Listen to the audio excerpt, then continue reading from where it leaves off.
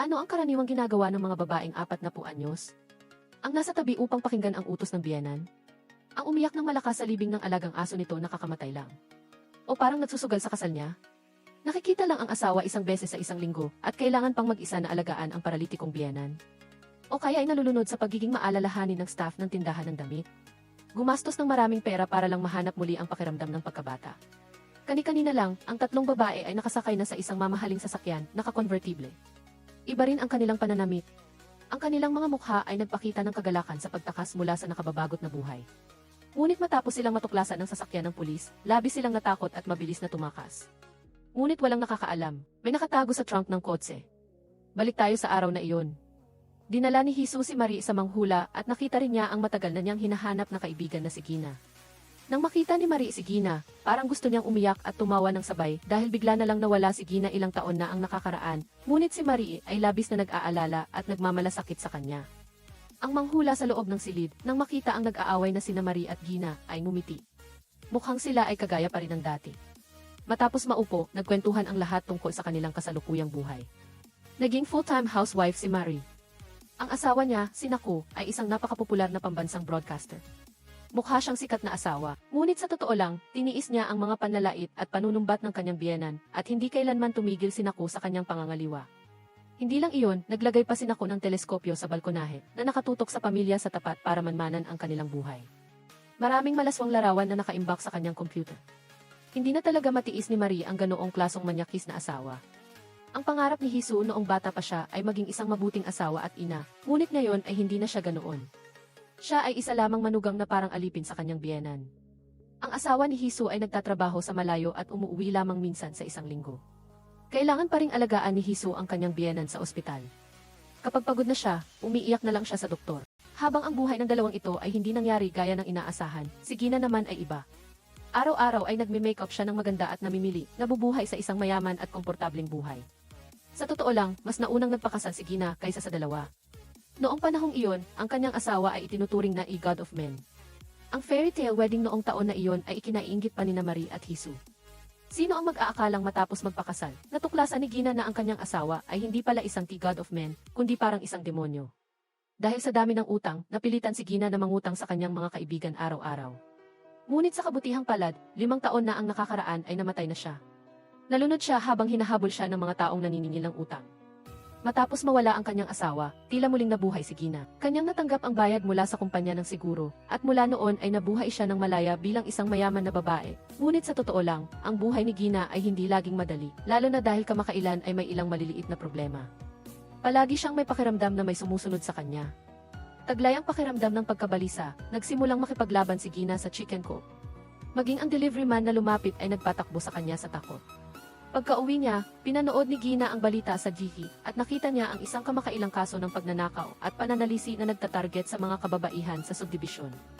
Naglabas ang balita ng paalala na pagkatapos ng 1:0 ng gabi ay huwag nang magsuot ng mga nakakaakit na damit sa labas.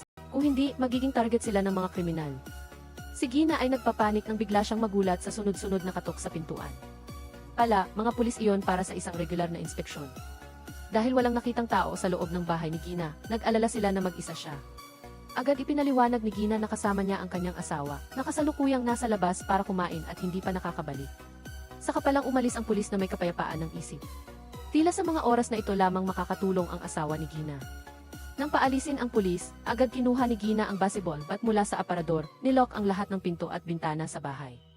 Nang maramdaman niyang ligtas na ang lahat, sa kanya inangat ang kutson at tiningnan ang mga nakabalot na pera sa ilalim. Nakangiti siya ng masaya, hindi pwedeng may mangyari kay Gina. Hindi pa niya nagagasta lahat ng perang nasa ilalim ng kutson. Isang gabi, dahil sa limitasyon ng mga larawan sa computer, nagkaroon ng malaking pagtatalo si Marie at Naku. Makapal ang mukha ni Naku, nagkunwaring material lang iyon para sa programa. Paulit-ulit pa niyang tinawag si Marie na matandang ale, at pinagtatawanan ang paraan ng pagtatalo niya na parang nasa menopause na siya. Hiniling ni Marie kay Naku na pigilan ang sarili, huwag maging labis, kung hindi, pupunta siya sa GE station at magbabalita mismo. Ang pamagat ay ang dalawang mukha ng sikat na anchor, ibinunyag ang walang pangalan at kakatuwang buhay niya. Nang marinig iyon, lumambot ang tono ni Naku. Sinimulan niyang kumbinsihin si Marie na diborsyuhin siya. Nagkasama na sila ng 15 taon at pareho na silang pagod. Ang kanilang pagpapakasal ay isang maling desisyon. Hindi makapaniwala si Marie kay Naku. Malinaw na sinundan siya ng lalaking ito noon. Kung hindi siya pumayag, hihiga siya sa kalsada at mamamatay. Ngunit ngayon ay tinalikuran ni Naku ang kanyang salita at ayaw aminin. Kinasusuklaman niya ang kanyang sarili dahil hindi siya nakinig sa kanyang ina. Kung hindi nabuntis si Marie, matagal pa bago siya pakasalan. Noong panahong iyon, sina Marie at Naku ay parehong partygoers. Pagkatapos ng ilang inuman, buong pagmamahal na ipinagtapat ni Naku kay Marie na mahal niya ito. Ang linyang ito ay ganap na nakakuha ng puso ni Marie. Talagang umibig siya ng malalim kay Naku, ngunit ngayon ay galit na lang ang nararamdaman niya sa lalaki. Dati, pinipili ni Marie na tiisin at hindi makipaghiwalay kahit na kinasusuklaman niya si Naku. Hindi may paliwanag ni Marie ang dahilan ng kanyang pagtitiis. Marahil ay dahil sa kanilang anak o marahil ay dahil sa karanasan niya noong bata pa siya. Ang kaarawan ni Marie ay nagkataong kasabay ng anibersaryo ng kamatayan ng kanyang ama. Ang araw na siya ay ipinanganak ay siya ring araw na nagmamadali ang kanyang ama papuntang ospital. Ngunit sa huli ay nakaranas siya ng aksidente sa sasakyan sa daan at namatay. Dahil dito, hindi kailanman nagkaroon si Marie ng masayang kaarawan mula noong bata pa siya. Ang kalungkutan sa pagkawala ng kanyang ama at ang pighati ng pagkamuhi ng kanyang ina palaging ginugulo si Marie ng ideya ng isang perpektong pamilya. Ngunit lahat ng iyon ay nakaraan na. Ang pag-ugali ni Naku ay nagdulot ng pagkadismaya kay Marie. Isang araw, habang nagmamaneho ang biyenan niya, nabalutan ng putik ang kanyang mukha dahil sa sasakyang minamaneho nito. Binigyan si Marie ng isang pakete ng libreng tissue ng isang dumadaan na may advertisement para sa isang abogado ng diborsyo. Nagkataong malapit ang address sa bahay ng kanyang ina, kaya sinamantala ni Marie ang pagbisita sa kanyang ina sa kanyang kaarawan upang magpakonsulta sa law firm. Ngunit bago pa siya makapasok, hinarang na siya ng kanyang ina. Sinermonan siya nito dahil hindi niya pinahahalagahan ang kanyang kapalaran na may mabuting asawang tulad ni Naku at gusto pa rin niyang magpakonsulta tungkol sa diborsyo. Pakiramdam ni Marie, hindi nakikipag-usap ng makatwiran ang kanyang ina. Paano ba naman, bilang mga magulang, hindi nila tatanungin ang ugat ng problema at puro na lang paninisi sa kanilang anak. Ngunit walang pakialam ang ina ni Marie. Para sa kanya, si Marie ay isang makasalanan mula pa noong bata. Isa sa kanyang malaking responsibilidad para mabuhay ay ang manalangin araw-araw para patawarin ng mga Diyos ang mga kasalanan ni Marie. Pagkatapos, sinabi ni Marie na kaarawan niya ngayon, ngunit kumanta lang ang kanyang ina ng mga banal na awit na parang hindi siya naririnig. Sa huli, umalis si Marie sa bahay ng kanyang ina nang maisama ng loob. Hanggang sa paglubog ng araw, 2 tao lang ang bumati sa kanya sa kanyang kaarawan. Ngayon ang ika-negatibo 40 kaarawan ni Marie. Inipa ni Marie ang mga kandila pagkatapos maghiling. Pagkatapos ay sinabi niya sa dalawa na gusto niyang makipaghiwalay. Sawang-sawa na siya sa patuloy na pagbabaluktot ng isip ni Naku sa kanya gamit ang linyang ito. Magpahiwalay na rin si Marie kahit sa pagtulog ni Naku. Sumang-ayon agad si Junior, ngunit hindi sumang-ayon si Hisu. Kung maghihiwalay si Marie, wala siyang pinagkakakitaan at hindi sapat ang maliit na halaga ng kompensasyon para mabuhay siya at hindi pa nga sapat para makapagrenta ng isang silid. Pakiramdam ni Hisu, kung gusto niyang maghiganti kay Naku, hindi niya kailangang makipaghiwalay ng may sama ng loob. Pinayuhan ni Hisu ang kanyang kaibigan na makipagrelasyon din upang maging patas. Ngunit, pakiramdam pa rin ni Gina na dapat maranasan ni Marie ang kaligayahan ng walang asawa, tulad niya ngayon. Matapos ipagdiwang ang kaarawan, nagpunta ang tatlo sa nightclub para magsayaw. Nag-smoky eye si Marie at hinubad ang kanyang jacket para magpakasaya ngayong gabi. Hindi siya mukhang 40 anyos na may bahay. Nang sandaling iyon, pagkatapos makatanggap ng text message si Hisu, nagpaalam siya agad sa kanyang kaibigan at umalis. Sa gitna ng gabi, sumakay si Marie ng taxi pabalik sa ibabang palapag ng apartment. Pagkababa niya ng sasakyan, nakita niya ang isang fire truck na nakaparada sa kalsada. May sunog sa katabing gusali ng kanyang bahay. Nakita ni Marie ang isang lalaki na may nakatakip na mukha sa gitna ng nagkukumpulang tao na palihim na umaalis. Pamilyar ang mukha. Sa sandaling ito, biglang lumapit kay Marie ang isang batang babae. Nakasuot lamang siya ng nightgown at jacket. Tinawag niya si Marie na ate na parang napakalapit sila. Naramdaman din ni Marie na napakapamilyar ng babaeng ito. Hanggang sa umalis ang mga bumbero, pumasok muli ang babae sa gusali. Naalala pagkatapos ni Marie, Oktubre 23, 2024, 7 oras sa ang babaeng ito ay ang taong nakatira sa tapat na pinagmamasdan ng kanyang asawa gamit ang teleskopyo. Nakita pa niya ang kanyang asawa at ang babaeng iyon na nagmamahalan. Sa sandaling ito, nakita ni Marie si Naku sa bahay sa ibaba. Gusot ang kanyang damit at hindi pa nga nakasara ang zipper ng kanyang pantalon. Malinaw na nagmamadali siyang tumakas habang nagmamahalan sila. Agad na naunawaan ni Marie ang nakita niya sa teleskopyo ang eksena ng pangangaliwa ng kanyang asawa. Nagalit siya sa galit na isa nang saktan si Naku mismo sa lugar na iyon. Sa kabilang banda, nagkaroon ng malaking gulo si Gina at Hisu.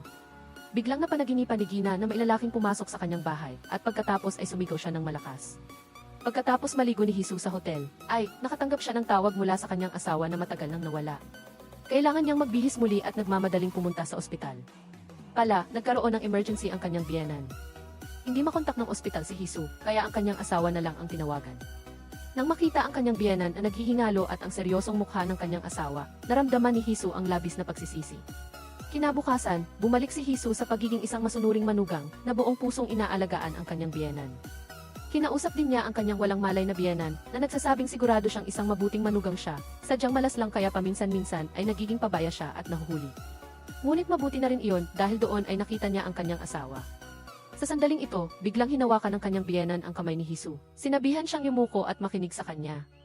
Pagkatapos marinig ang sinabi ng kanyang biyenan, lumapit si Hisu sa nurse na may takot na mukha, ngunit nang nasa kanyang labi na ang mga salita, nilunok niya ito.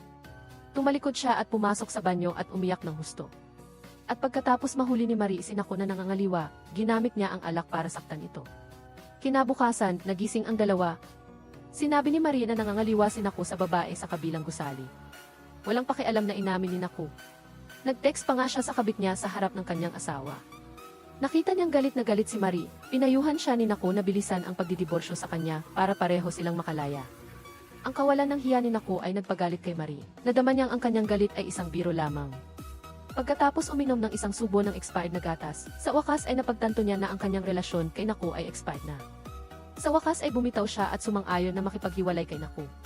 Nagpunta si Marie sa abogado para sa divorce counseling. Sinabi ng abogado sa kanya na kung gusto niyang kasuhan si Nako ng pangangaliwa, kailangan muna niyang makahanap ng ebidensya. Pagka-uwi ni Marie, sinimulan niyang tumingin sa teleskopyo sa balkonahe. Bigla, nakakita siya ng nangyayari sa tapat ng bahay. Isang lalaki ang nakatalikod sa lente. Inubad niya ang kanyang damit at sinimulang habulin ang babae sa loob ng bahay. Nagulantang ang puso ni Marie, iniisip na ito ang ebidensya ng pangangaliwa ni Nako. Tinignan niya ang palapag ng gusali sa tapat, handa nang tumakbo doon para hulihin sila. Ngunit pagkababa niya sa kabilang gusali, nagmamadaling tumakas ang babae at hinila pa si Marie. Walang oras si Marie para makita ng malinaw ang sumusunod na lalaki dahil hinila na siya ng babae. Nagpunta ang dalawa sa isang malapit na restaurant at umupo. Ang pangalan ng babae ay Go-Yun. Ipinaliwanag niya ang sitwasyon ng araw na iyon. Pala, ang lalaking humahabol sa kanila ay ang asawa ni Go-Yun, na dahil sa kanyang pagdududa, ay madalas na naghihinala na niloloko siya ni Go-Yun. Kung ganoon, ang nakita ni Marie sa teleskopyo kanina ay hindi pala ang kanilang pagsasaya, kundi ang eksena ng pambubugbog kay Go-Yun.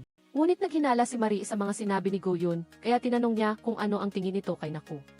Ang prangkang pag-ibig ni Go-Yun para kay Nako ang nagpagalit kay Marie, na nagkamali sa pag-aakalang inamin ni Go-Yun na siya ang kasintahan ni Nako. Hindi niya alam na ito pala ay isang own goal. Gusto lang ni Go-Yun si Nako, ang pambansang host, at siya ay tagahanga lamang nito. Mukhang walang pakialam ang personalidad ni Go-Yun, laging nakangiti habang nagsasalita. Hindi masabi ni Marie kung mapagkakatiwalaan ba ito. Sa kasalukuyang sitwasyon, itinanggi ni Go-Yun na siya ang kasintahan ni Nako, kaya sino ang kasintahan ni Nako? Bakit niya inilagay ang teleskopyong ito upang ituro ang bahay ni Go-Yun? Muling napuno ng tanong ang isip ni Marie. Noong nakaraang gabi, nakakita si Gina ng isang lalaki na nakaitim sa kanyang panaginip. Takot na takot siya, kaya nagtago siya sa ilalim ng kumot, patuloy na binibigkas sa sarili na isa lamang itong panaginip. Gaya ng inaasahan, paggising niya ay maliwanag na ang araw at ligtas si Gina.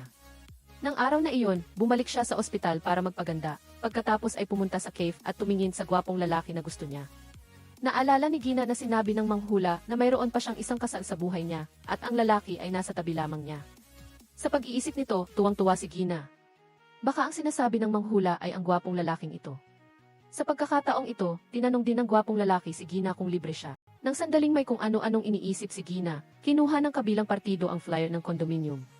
Siguraduhin niyang mag-ingat sa kriminal na may codename na Skerel na madalas gumagala dito. Pilit lang umiti si Gina, naiinis sa sarili dahil sa pagiging assuming. Pagkatapos, pumunta siya sa tindahan ng damit na madalas niyang pinupuntahan, ngunit nakita niyang sarado ito. Pagkatapos ng ilang sigawan, lumabas ang may-ari mula sa hardware store sa tabi, nagmamadaling bumati. Napansin ni Gina na ang karatula ng hardware store ay nagbibigay din ng serbisyo sa kandado. Bumili ulit siya ng maraming bagong damit. Pauwi, hinarang si Gina ng mga babae sa lugar. Sinabihan siyang sumali sa self-initiated patrol team kasama ang lahat para mapanatili ang seguridad sa paligid upang hindi bumaba ang presyo ng bahay. Ngunit tumanggi si Gina na pumirma. Ayaw niyang mapalapit sa mga babaeng ito at sumigaw na poprotektahan niya ang sarili. Patuloy siyang nasiyahan sa buhay araw-araw. Hinatid ni Marie si Go-Yun sa ibaba. Pagkatapos ng ilang hakbang na pagpapaalam sa isa't isa, lumingon si Go-Yun at bumuntong hininga kung gaano kabait si Marie. Pagdating sa bahay, nagsimulang hanapin ni Marie si Go-Yun sa social media platform. Bigla niyang nakita na nag-upload si Go Yoon ng bagong post, nag-click si Marie, at nang tingnan niya, nakakita siya ng isang bagay na kakilakilabot. Sa kabilang banda, ipinagawa ni Gina sa lalaki sa hardware store na tulungan siyang palitan ang kandado ng pinto. Ang pagdating ng gwapong binata para magbigay serbisyo ay nagpakilig sa puso ni Gina, na pansamantalang nakalimutan ang kanyang takot. Nang may pumasok na estranghero sa bahay, tinawagan ni Marie si Gina para gisingin ito mula sa pagkalasing sa kagwapuhan ng lalaki. Tinanong ni Marie kung nagawa na niya ang pinapagawa niya, at lumabas na pagkatapos ng konsultasyon sa diborsyo, humingi ng pabor si Marie kay Gina. Pagkatapos mag-upload si Go Yoon ng bagong larawan, agad itong naging mainit na usapan sa mga tsismosa. Lumabas na habang kumukuha ng selfie, aksidente niyang nakuhanan si Naku sa likod. Sa huli, nilinlang niya si Marie. Si Go Yoon nga ang kasintahan ni Naku. Pagkatapos, pumunta si Naku sa gas station. Nagchichismisan ang kanyang mga kasamahan sa likod niya, ngunit wala siyang alam. Lihim pa rin siyang natutuwa na pumayag si Marie na magdiborsyo. Pagkatapos nito, nakatanggap siya ng isang mensahe ng pananakot. Sinabing maraming ebidensya ng pagtataksil ni Naku. Magbigay ng 100 milyon cash at ibabalik ang ebidensya kay Naku. Hindi pa nakakabawi si Naku nang magkaroon ng problema ang TV station dahil sa iskandalo, kaya tinanggal siya sa programa. Sabay na nakatanggap ng tawag sina Naku at Marie, nagbibigay ng magkatulad ng mga salita ng pag-aliw. Ang kaibahan lang, babae ang kausap ni Marie, habang si Naku naman ay tumawag kay Go Yoon para aliwin. Pinatay ni Go Yoon ang telepono, naggalit ang ngipin ni Marie. Ang plano para kay Naku ay nagsisimula ng mabuo. Siya ang nagbigay ng pahintulot kay Gina na ipadala ang mensaheng ito ng pananakot. Bagaman naisip ni Gina na masyadong baliw ang pamamaraang ito, ginawa pa rin niya ang lahat para matulungan ang kaibigan niya. Habang naglalakad pa uwi mag-isa sa gabi, muling naramdaman ni Gina ang sunod-sunod na yapak sa likuran niya. Takot na takot si Gina, kaya agad siyang tumakbo patungo sa Women's Patrol Team, ang kuponan na kinasusuklaman niya noong araw. Mahigpit niyang hinawakan ang kanilang mga kamay at naglakad pa uwi. Isang araw, umuwi si Hisu at tiningnan ang mga litrato sa dingding. Bigla siyang nakaramdam ng damdamin. Kinuha niya ang diary na ginawa niya para sa kanyang anak noong siya ay buntis. Mula nang magsimula siyang magbuntis, nagsimula siyang idikit ang bawat ultrasound image sa diary, naghihintay sa araw ng kapanganakan ng kanyang anak. Ngunit ang huling pahina ng diary ay blanko. Hindi napigilan ni Hisu ang kanyang luha. Hindi pa rin niya kayang tanggapin ang sakit ng kanyang aksidenteng pagkakuha ng sanggol. Hindi nagtagal, umuwi din ang asawa ni Hisu na si Moyaong. Nakita niyang kinuha ni Hisu ang baby diary. Ang nararamdaman sa loob ni Moyaong ay magulo rin. Isang araw, sinamantala ni Moyaong na pumunta sa ospital para kumbinsihin si Hisu na itigil ang pagbubuntis. Kailangan pa nilang alagaan ang ina at wala silang oras para mag-alaga ng anak. Gayunpaman, naramdaman ni Hisu na walang masama sa paghahangad ng isang anak. Sa huli, umamin din si Moyaong na siya ay sumailalim sa vasectomy. Hindi makapaniwala si Hisu kaya nawalan siya ng kontrol at pinagalitan ang kanyang asawa. Sinisisi ito na hindi dapat siya tratuhin ng ganito. Pagkatapos ng trabaho, pinalibutan si Naku ng mga reporter. Tinatanong kung nagtaksil ba siya sa ibang babae. Nagpasya si Naku na ilabas ang lahat. Tumingin siya ng puno ng pagmamahal sa kamera at ipinagbawal sa media na gamitin ang salitang pagtataksil para ilarawan ang kanyang bagong relasyon. Ituring ang pagtataksil na ito bilang isang himala sa kanyang buhay. Ikinumpirma ni Naku na umalis na siya sa programang kasalukuyan niyang pinangangasiwaan at magdidiborsyo rin sa kanyang asawa sa lalong madaling panahon upang makasama ang babaeng iyon ng buo at legal. Sa sandaling lumabas ang balitang ito, nagdulot muli ng malaking kontrobersya ang pahayag ni Naku. Nakita ni Marie ang balita sa bahay at muling naggalit ang kanyang mga ngipin.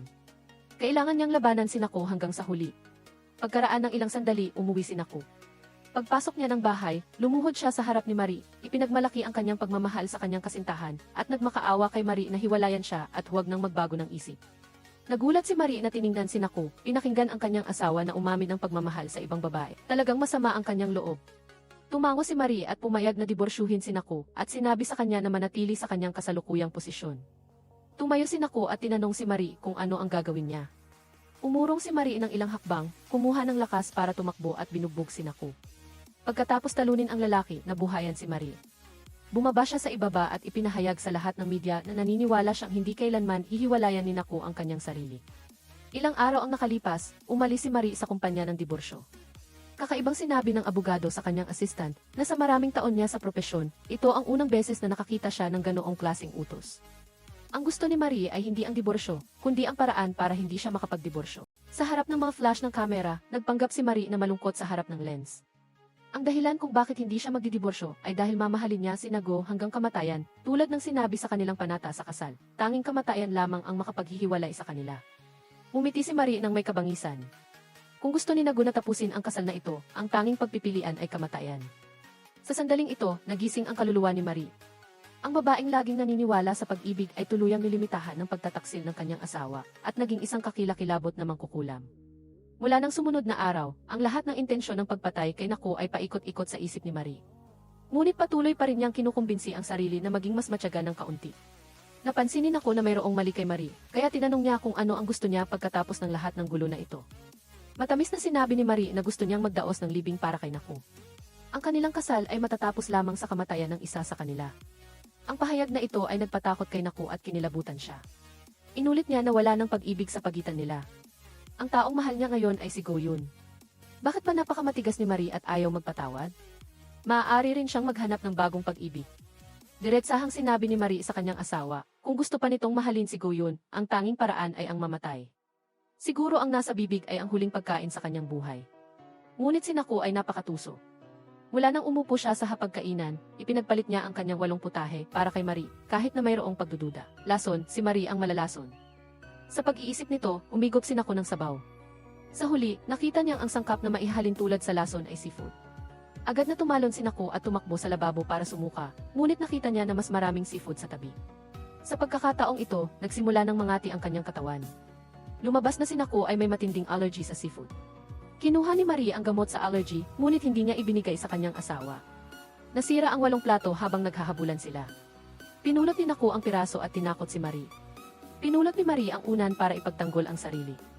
Ang matalim na piraso ng porselana ay pira-piraso ang unan, dahilan para lumipad ang lahat ng balahibo. Galit na sumigaw si Naku na talagang didiborsyuhin niya si Marie. Sagot ni Marie sa mas determinadong tono, hindi ako magdidiborsyo. Tiniis ni Naku ang pangangati at pumasok sa trabaho ng galit. Hindi nagtagal, dumating ang kanyang unang alon ng kontra-atake. Nililinis ni Marie ang kalat ng dalhin ng real estate agent ang mga kliyente para tingnan ang bahay. Akala ng ahente na ang gusgusin na si Marie ay ang katulong ng pamilya, sinabing ipinagbili ng may-ari na kailangan nilang ibenta ang bahay na ito. Naggalit ang ngipin ni Marie. Tiningnan niya ang mag-asawang gustong bumili ng bahay at sinabing di sobrang sama ng feng shui dito. Kung titira ang mag-asawa, magiging magkaaway sila at makikita mo ang babaeng residente sa tapat mula sa balkonahe na madalas nakasuot ng pang-ibaba. Nang makita ng ahente na sinasadya ni Marie na magdulot ng gulo, agad siyang sumigaw. Pagkatapos ay inihayag ni Marie ang kanyang pagkakakilanlan bilang may-ari ng bahay at idineklara na hindi niya kailanman ibebenta ang bahay. Ito ay kanilang pinagsamang ari-arian, walang karapatang magpasya si Naku. Nang makita na matigas pa rin ang ahente, kinuha ni Marie ang kutsilyo at tinakot ang 3 tao para tumakbo palayo. Matapos umalis ang mga taong ito, itinusok ni Marie ang kutsilyo sa mukha ng kanyang asawa sa larawan ng pamilya. Pagkatapos ay nag-ayos siya at nagbihis ng maganda at pumunta sa bahay ni Go-yoon. Sa puntong ito, nanatili pa rin si Go-yoon sa kanyang inosenteng pag-ugali, matamis na tinawag si Marie na ate. Inikayat din niya si Marie na huwag magdiborsyo.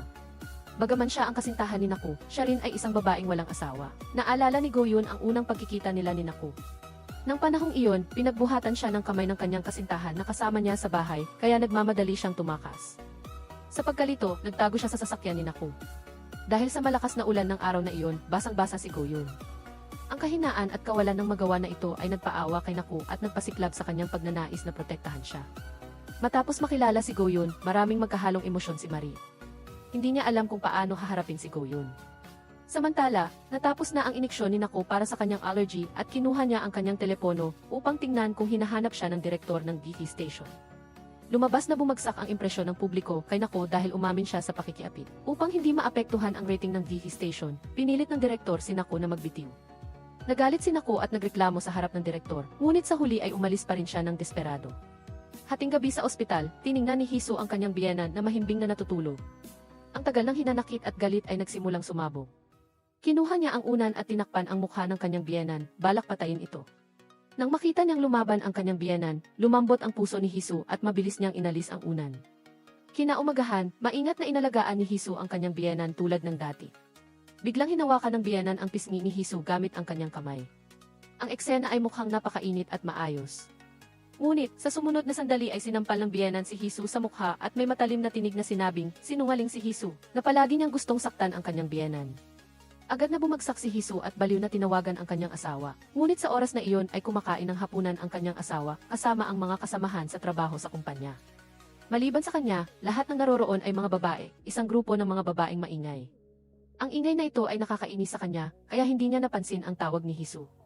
Sa kabilang banda, ang sugat ni Gina ay napunit dahil sa liposuction surgery, kaya kailangan siyang maospital. Kinabukasan sa hating gabi, pag-uwi niya, nalaman niyang alam ng lahat sa lugar na ito na nagpalipos-auction siya. Labis na nahiya si Gina. Kaya pumunta siya sa coffee shop. Ang kantang pinapatugtog ng shop ay ang kantang kinanta ng kanyang asawa. Nang ikasal sila, isang kakilakilabot na senyales. Agad na umalinggaw sa puso ni Gina. Sinabi sa kanya ng gwapong lalaki sa coffee shop, sikat na sikat ang kantang ito dahil ang kriminal kamakailan ay gumagala sa buong lugar na ito at gumagawa ng krimen. At sa bawat pagpunta niya sa pinangyarihan ng krimen, ay nakikita siyang pinapatugtog ang kantang ito. Ang senyas na ito ay nagbigay ng kaunting takot kay Gina. Agad niyang sinabi ang pagdududang ito sa kanyang matalik na kaibigan. Pakiramdam niya, baka ang kriminal na ito ang kanyang asawa.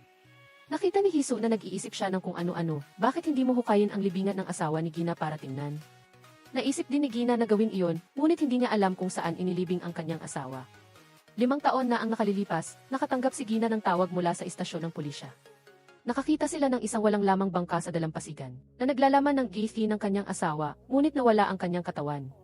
Nang marinig ni Marie ang pagkamatay ng asawa ni Gina, naisip niyang maaari rin siyang bumili ng karagdagang insurance para kay Naku. Sumigaw si Gina, baka saktan ni Marie si Naku. Hindi ito itinanggi ni Marie, si Naku ay mamamatay rin, usapin lang ito ng oras. Sumang-ayon si Hiso at iminungkahi pa nga na gumamit ng kutsilyo para mas mabilis at hindi masakit ang pagkamatay ng biktima na siyang magiging huli niyang kabaitan. Hindi kalayuan, may isang manghula na nakatingin sa 3 babae at nag-aalala, talaga bang balak nilang gumawa ng gulo? Sa sandaling iyon, isang babaeng misteryoso ang pananamit ang dumaan sa labas ng maliit na silid. Agad na lumapit ang manghula upang batiin siya. Agad na, pag-uwi ni Naku kinagabihan, naglabas siya ng isang folder ng data. Matagal na niyang itinatago ang kasal ng 2 tao, ang dedikasyon ni Marie sa kanyang pamilya, lahat ay na-convert sa oras-oras na sahod.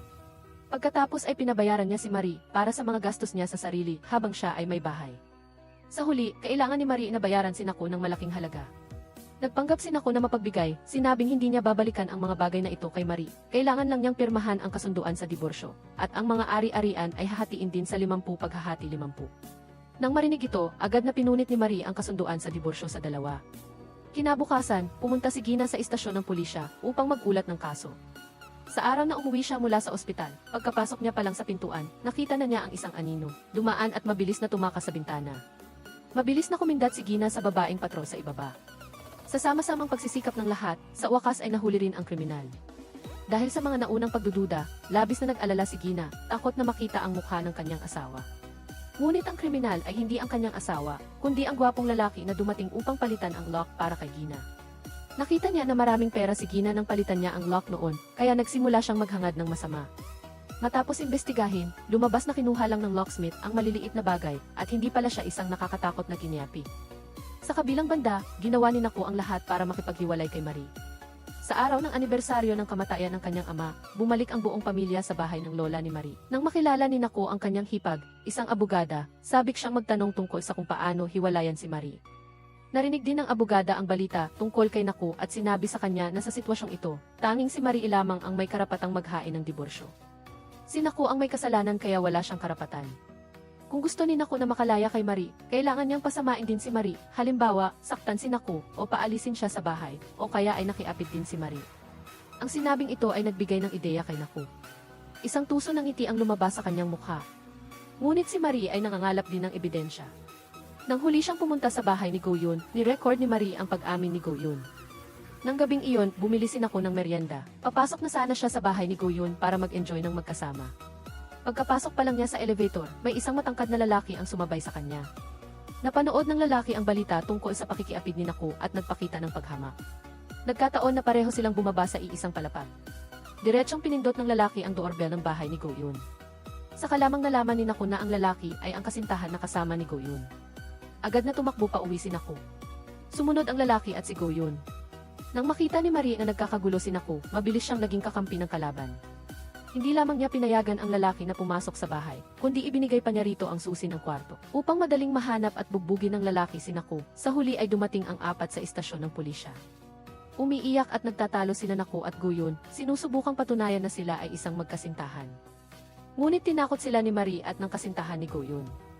Nagulat ang pulis sa kanilang lohika, sa madaling salita, nahuli ang 2 sa akto ng pakikiapid, at inilarawan pa ang eskandalong ito bilang biktima. Ngunit sina Naku at Go-yun ay lubos na nalubog sa kanilang magandang pag-ibig na magkasama pang yumakap sa harap ng lahat. Hindi na nakatiis si Marie at malakas niyang binatukan si Naku. Ngunit ngayong gabi, may malalaking bagay na nangyari sa tatlong babae. Namaya pa na rin sa wakas ang biyenan ni Hisu. Hindi alam ni Zia kung ano ang nakita niya habang nanonood ng TV sa bahay, kaya labis siyang natakot. Mukhang nabigo ang orihinal na plano ni Marie, kaya kailangan niyang simulan ang plano B. Agresibo niyang itinulak si Naku sa balkonahe, na parang itutulak niya ito pababa. Isang gabi, biglang nagkasakit ang biyenan ni Hisu. Gusto niyang pakalmahin ito, ngunit paulit-ulit siyang tinulak ng kanyang biyenan. Pagkalipas ng ilang minuto, dumating ang doktor para sa emergency resuscitation, ngunit walang anumang reaksyon sa katangian ng sakit ng biyenan. Dumating din ang asawa ni Hisu at nakita ang tubo ng paghinga sa kamay ng kanyang asawa. Kinabukasan, pumunta sina Marie at Gina sa punerarya upang magbigay ng pakikiramay. Pabulong na sinabi ni Gina kay Marie na nakita niya ang kanyang asawa sa Zi. Hindi pa siya patay. Espesyal na sinabi ni Marie kay Gina ang tungkol dito, makipag-usap lang sa kanya dahil sigurado na malungkot si Hisu ngayon. Ngunit bago pa man sila makapasok sa lugar ng burol, nakita na nila ang mga bisitang lumalabas at nagmumura, paano namang makangiti ang isang manugang sa libing ng kanyang biyenan. Agad na lumapit sina Marie at Gina para tingnan, at nakita nilang tinatakpan ni Hisu ang kanyang mukha ng panyo. Sinubukan niyang magmukhang umiiyak, ngunit makikita pa rin na baliw siyang tumatawa. Nagmamadali silang nagtago sa banyo. Ipinaliwanag ni Hisu na ang dahilan ng kanyang pagtawa ay dahil sa mga kamag-anak na responsable sa pagluluksa. Kapag walang bisita, nakaupo sila sa sahig. Nakikipag-usap at nagtatawanan habang nagsiselfone, ngunit kapag may dumarating, agad silang umiiyak. Ang mabilis na pagbabago ng emosyon sa isang segundo ay nakakatawa kay Hisu. Sa sandaling ito, ang nakatatandang kapatid na babae ng asawa ni Hisu ay nasa banyo at narinig ang pagtawa ni Hisu, kaya agad siyang tumakbo kay Moyaong para manira, na nagsasabing tiyak na may dahilan kung bakit masaya si Hisu. At marahil ay isang magandang bagay ang biglaang pagkamatay ng kanilang biyenan. Pinatahimik ni Moyaong ang kanyang nakatatandang kapatid na babae at sinabing huwag gumawa ng mga haka-haka tungkol sa miyembro ng kanilang pamilya. Ngunit hindi niya maiwasang isipin ang sandali na sumugod siya sa silid ng pasyente at nakita ang tubo ng paghinga sa kamay ni Hisu. Matapos ang libing, ipinakita ni Gina kay Marie ang larawan ng kanyang asawa na kanyang nakunan. Ito ay isang variety show at pagkatapos ay pumasok ang crew ng programa sa bahay ng karakter. Isang lalaki na halos kamukha ng asawa ni Gina ang lumabas ng bahay. Naisip ni Marie na baka kamukha lang niya ito.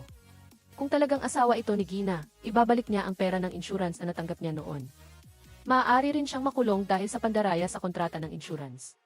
Kaya, mas mabuti kung hindi na si Gina maghukay pa sa isyong ito. Isang araw, naghanap si Naku ng abogado. Sinasabing hindi pa raw ito natalo sa anumang kaso. Ikinuwento ni Naku ang kanyang kasal kay Marie. Siya ay isang babaeng may bertud, malumanay at masipag. Inilahad ni Naku na siya ay nakiapid at gusto niyang iwan ang kanyang asawa. Nang marinig ito, naramdaman ng abogado na sumobra na si Naku. Ngunit dahil abogado niya ito, binigyan niya si Naku ng isang matalino, ngunit maruming taktika. Matapos marinig ang paraan na ito, agad na nagpakita si Naku ng pagmamataas. Bumalik siya sa DE station, at nang magsimula na sana siyang gumawa ng kaguluhan, biglang nagpakita ang Fifi ng balita na ang kapatid ni Go Yun ang nagpakalat ng balita tungkol sa pakikiapid ni Naku. Ang real-time ratings ay umabot sa pinakamataas. Sumigaw ang pinuno ng DE station na linisin ni Naku ang gulo. Kinuha ni Naku ang pagkakataong ito upang magmungkahi sa pinuno na makipagtulungan sa kanya sa isang dula na aminin na ang taong nakaupo sa passenger seat ng kotse ni Naku ay siya. Naghahanap si Marie ng lumang tiket sa traffic at nakita niyang may ibang tao sa kotse ni Naku, ngunit malabo ang mukha. Nagkataon naman na ng araw na iyon, maraming beses na tinawagan ni Marie si Naku. Malinaw na 5 minuto lang ang biyahe, ngunit pinilit ni Naku na magpaantala ng mahigit 2 oras at hindi pa rin dumarating. Pumunta si Marie sa istasyon ng pulisya, nais humingi ng tulong sa pulisya upang imbestigahan ang taong nakaupo sa passenger seat. Pagkatapos ay isang desperadong asawa ang tumakbo at umiyak, itinabi si Marie, at ang kanyang kahilingan ay kapareho ng kay Marie. Pareho silang naghihinala na ang kanilang asawa ay nakiapid sa taong nakaupo sa passenger seat. Biglang nakatanggap si Marie ang tawag mula kay Naku. Pagkatapos marinig ang idula sa pagitan ng pinuno ng DE station at ng kanyang asawa, kahit na maganda ang kanyang pananalita, pagkababa ng telepono ay nanlaki ang kanyang mga mata. Kung ganoon katuso si Naku, naisip ni Marie na maaari niyang kumpirmahin ito mula kay Go Yun. Basta malaman lang niya ang schedule ni Go Yun ng gabing iyon, maaari niyang mahinuha kung magkasama ang dalawa. Kaya kailangang tanungin ni Marie ang kasintahan ni Go Yun. Nagpunta ang dalawa sa kalapit na coffee shop upang mag-usap. Nang marinig ang petsa na binanggit ni Marie, ang kasintahan ni Go Yun ay nagkaroon niya ng ilang alaala. Nang araw na iyon, nagtalo sila ni Go Yun at binanggit din ang paghihiwalay. Tumakbo si Go Yun palabas ng bahay sa ilalim ng ulan. Kinuha agad ng kasintahan ang payong para hanapin si Go Yun at parang hangin na lang siyang nawala. Sa sandaling ito, biglang humarurot ang isang itim na kotse. Naisip ng kasintahan na baka nagtatago si Go Yun sa loob. Sigurado siya na magkasama sina Naku at Goyun ng gabing iyon dahil nagmamadaling umalis si Goyun, walang dalang pitaka, at nakakapanatili pa rin sa isang lugar nang hindi umuwi. Kaya siguradong may naghatid kay Goyun. Pag-uwi ni Marie, sinimulan niyang suriin ang lagay ng panahon ng araw na iyon. Tunay na may malakas na ulan. Naalala niya na sobrang masama ang pakiramdam niya ng araw na iyon at hindi nga siya makatayo ng tuwid. Kailangan niya ng agarang pagpapa-ospital. Tinawagan niya si Naku at palagi nitong sinasabi na uwi na siya sa loob ng 5 minuto.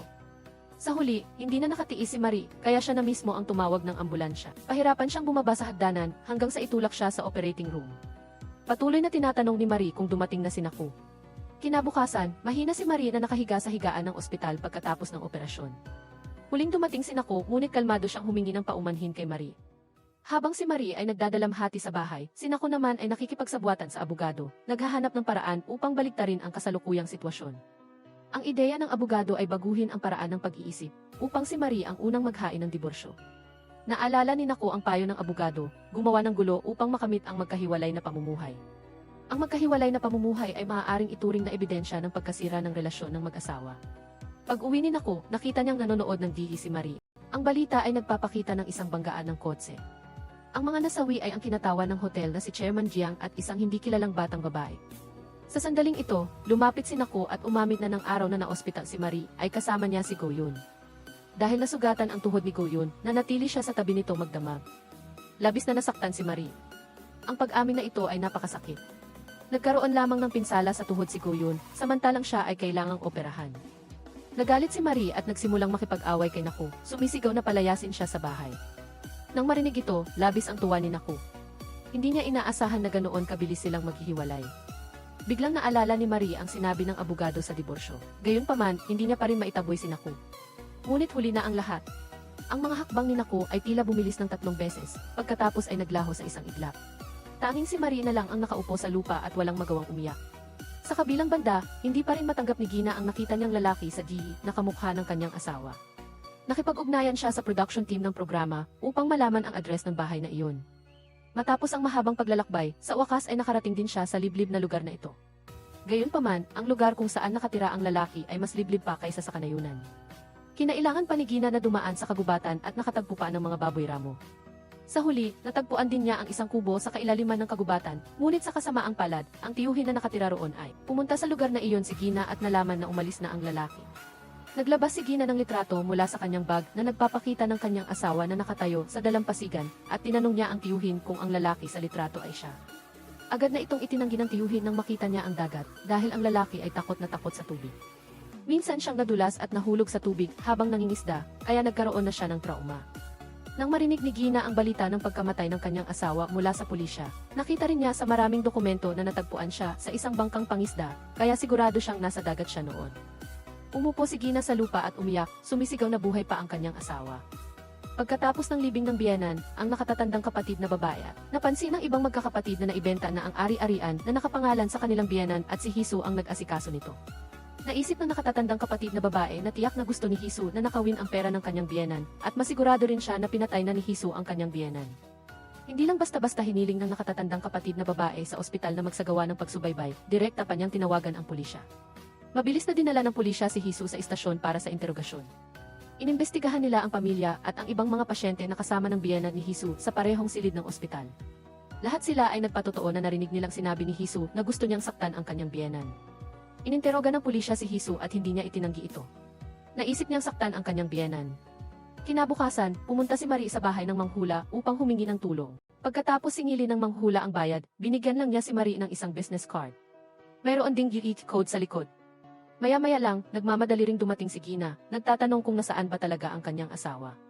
Hindi nagulat ang manghula at sinabi sa dalawa na maghintay. Sa puntong ito, nagsimulang magtalo ng husto sina Gina at Marie tungkol sa kung paano patayin ang kanilang mga asawa. Pauwi, naramdaman ni Gina na may sumusunod sa kanya. Mabilis siyang bumilis at muntik nang mabangga sa isang truck. Sa kritikal na sandali, dumating ang sumusunod sa kanya upang iligtas siya. Nang lumingon siya, nakita niyang ito pala ang kanyang asawa.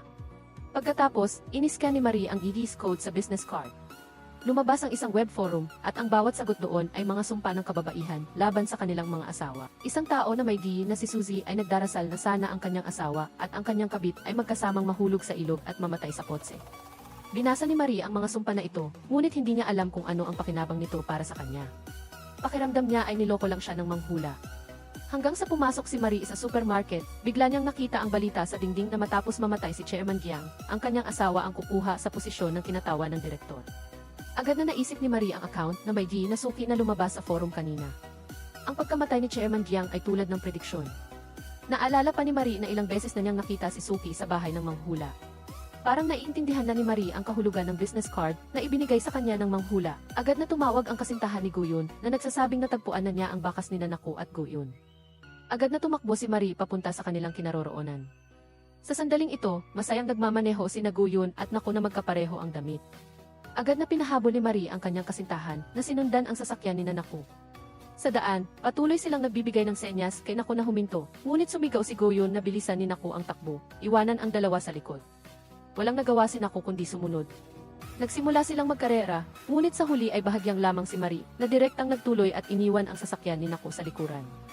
Dumaan siya sa intersection at cool na bumaba sa sasakyan upang maghintay. Nakita ni Naku ang kanyang asawa na nakatayo sa gitna ng kalsada, ngunit hindi pa rin siya nagpabagal ng takbo. Nilayong ipagsapalaran at humarurot na lang. Napansin ni Marie na may kakaiba, kaya mabilis siyang tumalon patabi. Si Naku naman, sa huling sandali, ay lumiko at bumangga sa bakod sa gilid ng kalsada. Agad na sumugod ang kasintahan ni Goyun para iligtas si Goyun. Nang makalabas si Naku sa sasakyan na puno ng dugo ang ulo, gumwang-giwang siya, patungo kay Marie at sa huli ay bumagsak sa harap nito. Nasugatan din si Marie nang umiwas sa sasakyan kaya nawalan siya ng malay. Nagising si Naku at nakita niyang nasa ospital na siya. Agad na narinig niya ang boses ni Marie sa kanyang tabi. Ipinikit ni Naku ang kanyang mga mata at inhypnotize ang sarili na isa lamang itong panaginip, ngunit ang katotohanan ay magkasama sila sa iisang silid ni Marie. Kalmadong sinabi ni Marie ang kasalukuyang sitwasyon ni. Ginagalingan ni Naku ang sarili sa isang ospital na malapit ng magsara sa probinsya. Dahil kaunti lang ang tao, kahit may mamatay dito, walang magmamalasakit. Nang marinig ito ni Naku, agad niyang naramdaman ang layunin ng pagpatay sa mga salita ni Marie. Mariin siyang nagpumiglas upang makatakas, ngunit nasugatan ang kanyang hita, at inilagay din ni Marie ang kanyang telepono sa drawer. Mabilis na dumating ang pulis sa lugar na ito upang harapin ang insidente ng banggaan ng sasakyan ni Naku at Marie. Malakas na isinumbong ni Naku si Marie sa pagtatangka niyang patayin siya, na sinasabing minsan niyang sinadyang banggain ang kanyang sasakyan mula sa likuran. Ngunit nagkunwari si Marie na inosente, sinabing matagal na siyang hindi nagmamaneho, kaya hindi maiiwasan na medyo kinakabahan siya sa kalsada. Kaya ganoon ang nangyari. Pagkatapos magsalita, itinuro ni Marie na nakita niyang nakatayo si Naku sa kalsada nang hindi bumabagal, sa halip ay humarurot siya, malinaw na gustong saktan ang tao. Agad itong itinanggi ni Naku at humiling din sa pulisya na hanapin ang dashcam footage ng sasakyan, ngunit sinabi ng pulisya na hindi nila alam kung sino ang kumuha nito at wala na doon nang dumating sila. Dahil sa kakulangan ng iba't ibang ebidensya, nagpasya ang pulisya na paliitin ang kaso. Masayang hinatid sila ni Marie. Habang lumalabas si Marie, pilit na gumagapang si Naku para abutin ang telepono. Sa sandaling ito, pumasok ang nurse. Magpapatulong sana si Naku, ngunit pinutol siya ni Marie. Wala siyang magawa kundi sumuko. Isinulat ni Naku ang isang mensahe at inilagay sa bulsa ng nurse, ngunit walang silbi ang paglalagay ng papel na ito. Maaari lamang subukan ni Naku ang lahat ng kanyang makakaya upang makalabas, ngunit sa huli ay nahuli ang lahat. Masunurin siyang bumalik sa kanyang silid sa ospital. Ngunit ngayon sa wakas ay nakahanap din siya ng pagkakataon. Pagkatapos humingi ng tulong sa receptionist, tinawagan niya si Goyun gamit ang telepono sa ospital. Nang marinig ang boses ng kanyang minamahal, napuno ng lakas si Naku. Agad siyang nagplano ng pagtaka sa kanyang isip. Nagkunwari siyang hindi makatulog dahil sa pananakit ng kanyang binti upang humingi ng gamot sa pagtulog mula sa doktor. Hating gabi, tahimik na tumayo si Naku.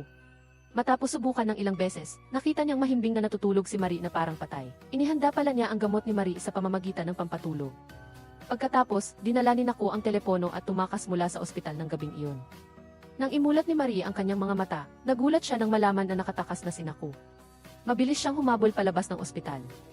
Nang marinig ni Naku na hinahanap siya ni Marie, determinado niyang itinapon ang saklay at mabilis na nagpatuloy. Tumayo siya sa gitna ng kalsada at hinarangan ang isang truck, at sa gayon ay naglaho sa dilim ng gabi. Kinaumagahan, nakipag-ugnayan si Marie sa kasintahan ni Goyun. Nahihirapan din ito dahil nakatakas din sa kanya si Goyun. Ang matinding dagok na iyon ang nagtulak sa kanya na magdesisyon na umalis sa lugar na puno ng sakit bago sila maghiwalay. Nagkita sila ni Marie at binigyan niya ito ng memory card, ngunit mukhang hindi ito ang memory card ng black box. Sinabi ng kasintahan ni Goyun na hindi niya nahanap ang memory card ng black box sa kotse noong panahong iyon. Sa kabilang banda, umamin si Hisu sa pulisya na pinatay niya ang kanyang biyenan. Bigla siyang humawak sa kanyang dibdib at nawalan ng hininga. Ang dahilan ng pag-amin ni Hisu ay tila hinihintay ng pamilya ng kanyang asawa ang sagot na ito.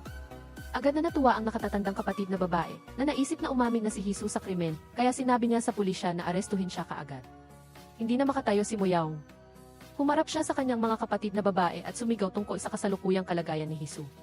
Malinaw na hindi ito ang katotohanan, ngunit hindi ito pinansin ng iba. Sa kabila ng pagtutol ni Hisu, iginiit ng mga kapatid na babae na basahin ang liham ng pamamaalam ng kanilang biyenan. Nakasaad dito na iniwan ng ina ang lahat ng pinakamahalagang ari-arian kay Hisu. Malinaw nilang sinabi na ito ay resulta ng panggigipit kay biyenan. Nang marinig ito, nagulat si Hisu at lumapit upang suriin ang liham ng pamamaalam, habang bumubulong na ginawa nga talaga ito ng biyenan ko. Sa gitna ng mga panunukso ng kanyang mga hipag, nagsimulang ipagtanggol ni Hisu ang sarili. Ikinuwento niya na maraming beses na siyang kinumbinsi ng kanyang biyenan na patayin siya habang nakahiga pa ito sa kanyang higaan sa ospital. Iminungkahi din ng kanyang biyenan na iwan ang lupa sa pangalan ni Hisu, ngunit hindi kailanman sumang-ayon si Hisu. Humarap siya sa kanyang asawa, sinubukang patunayan ang kanyang pagiging inosente, ngunit si Moyaong ay nanatiling tahimik at tumalikod. Nagpatuloy sa interogasyon ang pulisya kay Hisu. Hindi nila pinansin ang sinabi ng mga hipag niya, bagkus ay pinanood nila ang surveillance video ng ospital. Makikita sa video ang sandali ng pagkamatay ng biyenan ni Hisu, na maihawak si Hisu na tubo ng paghinga ng matanda. Hindi alam ni Hisu ang tungkol dito, at hindi niya alam kung bakit nasa kanyang kamay iyon.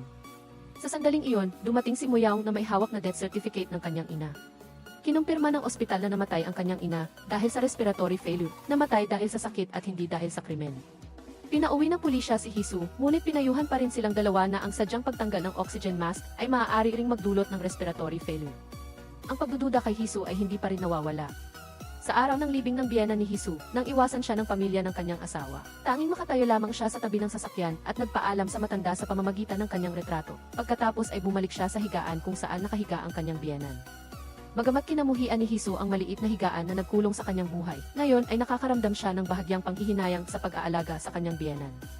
Sa kanyang pag-aantok, nakita ni Hisu ang eksena ng kanyang biyenan bago ito pumanaw. Sinabi ng kanyang biyenan na hindi nakakatakot ang kamatayan, ang mabuhay ang pagdurusa. Malumanay din niyang hinawakan ang mukha ni Hisu at nakonsensya. Isa rin si Hisu sa mga anak na babae na pinalaki ng may pagmamahal, ngunit nagpakasal siya sa kanilang pamilya para lamang magdusa. Matapos sabihin iyon, nagkasakit ang kanyang biyenan at umuhol sa sakit. Naalala ni Hisu na mahigpit niyang niyakap ang oxygen tube noon. Tumigil doon ang alaala. Magulo ang alaala ni Hisu. Hindi matandaan ni Hisu kung ang kanyang biyenan ba o siya ang nagtanggal ng oxygen tube. Habang nililigpit ang mga gamit ng kanyang biyenan, natagpuan ni Hisu ang isang AIDS.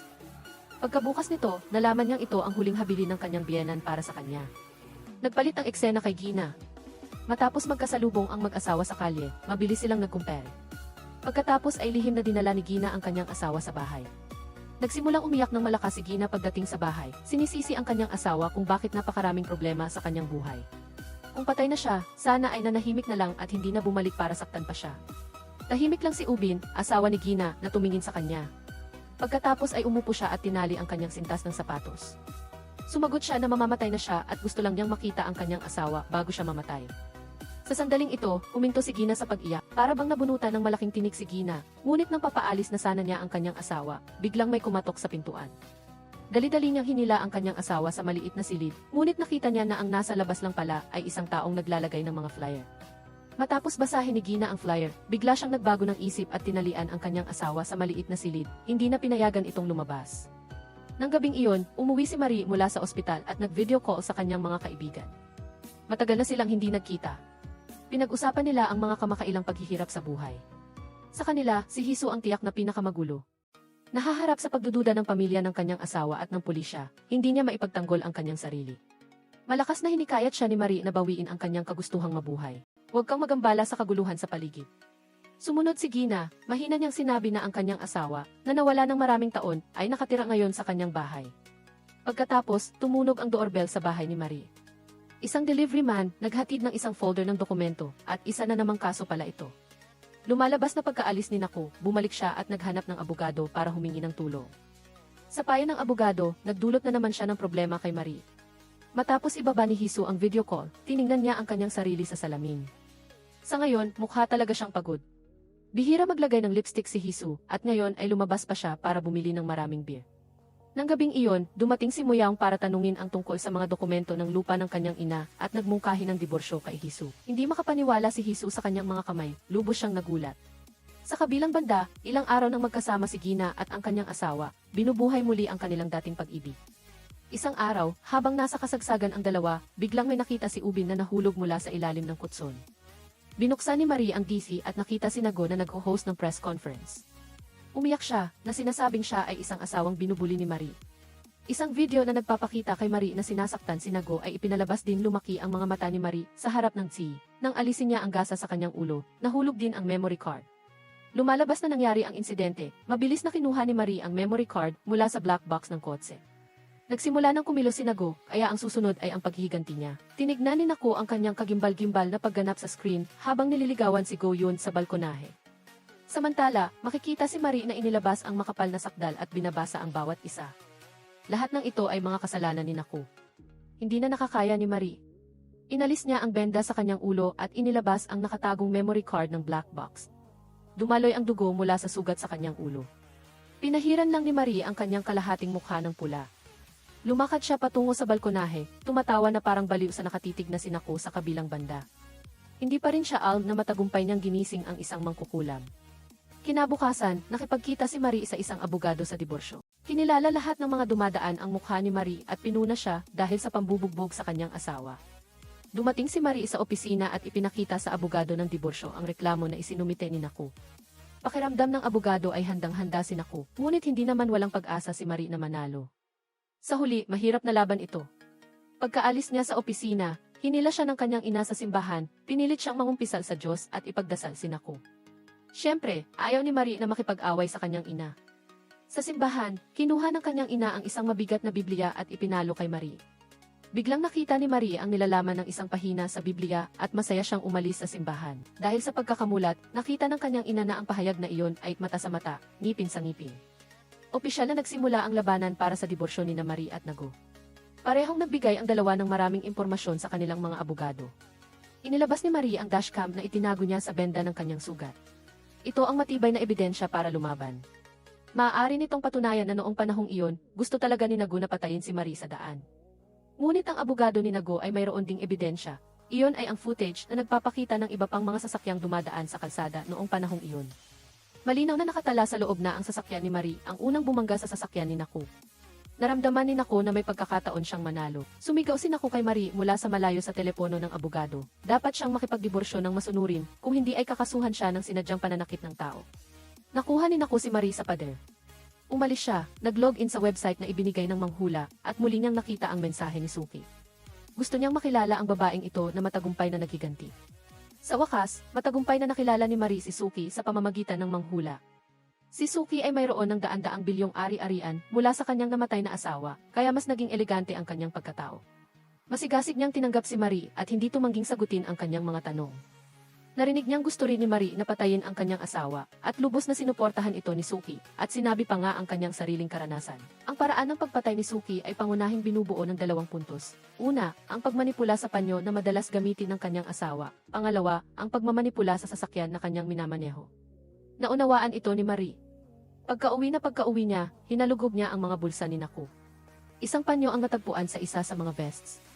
Pagkatapos ay pinili ni Marie ang lugar na kanyang mamanipulahin, ang istasyon ng Tsihi kung saan nagtatrabaho si Nago. Pagkatapos ng kanilang pag-aaway, laging nakatira si Nago sa bahay ni Go Yun.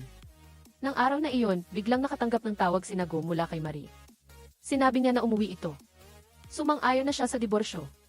Dali-daling umuwi si Nago sa bahay ni Marie para pag-usapan ang paghahati ng ari-arian pagkatapos ng diborsyo. Hindi inaasahan, sobrang mapangahas si Nago. Batay sa kanyang ebidensya, pinilit niya si Marie na umalis ng walang-wala.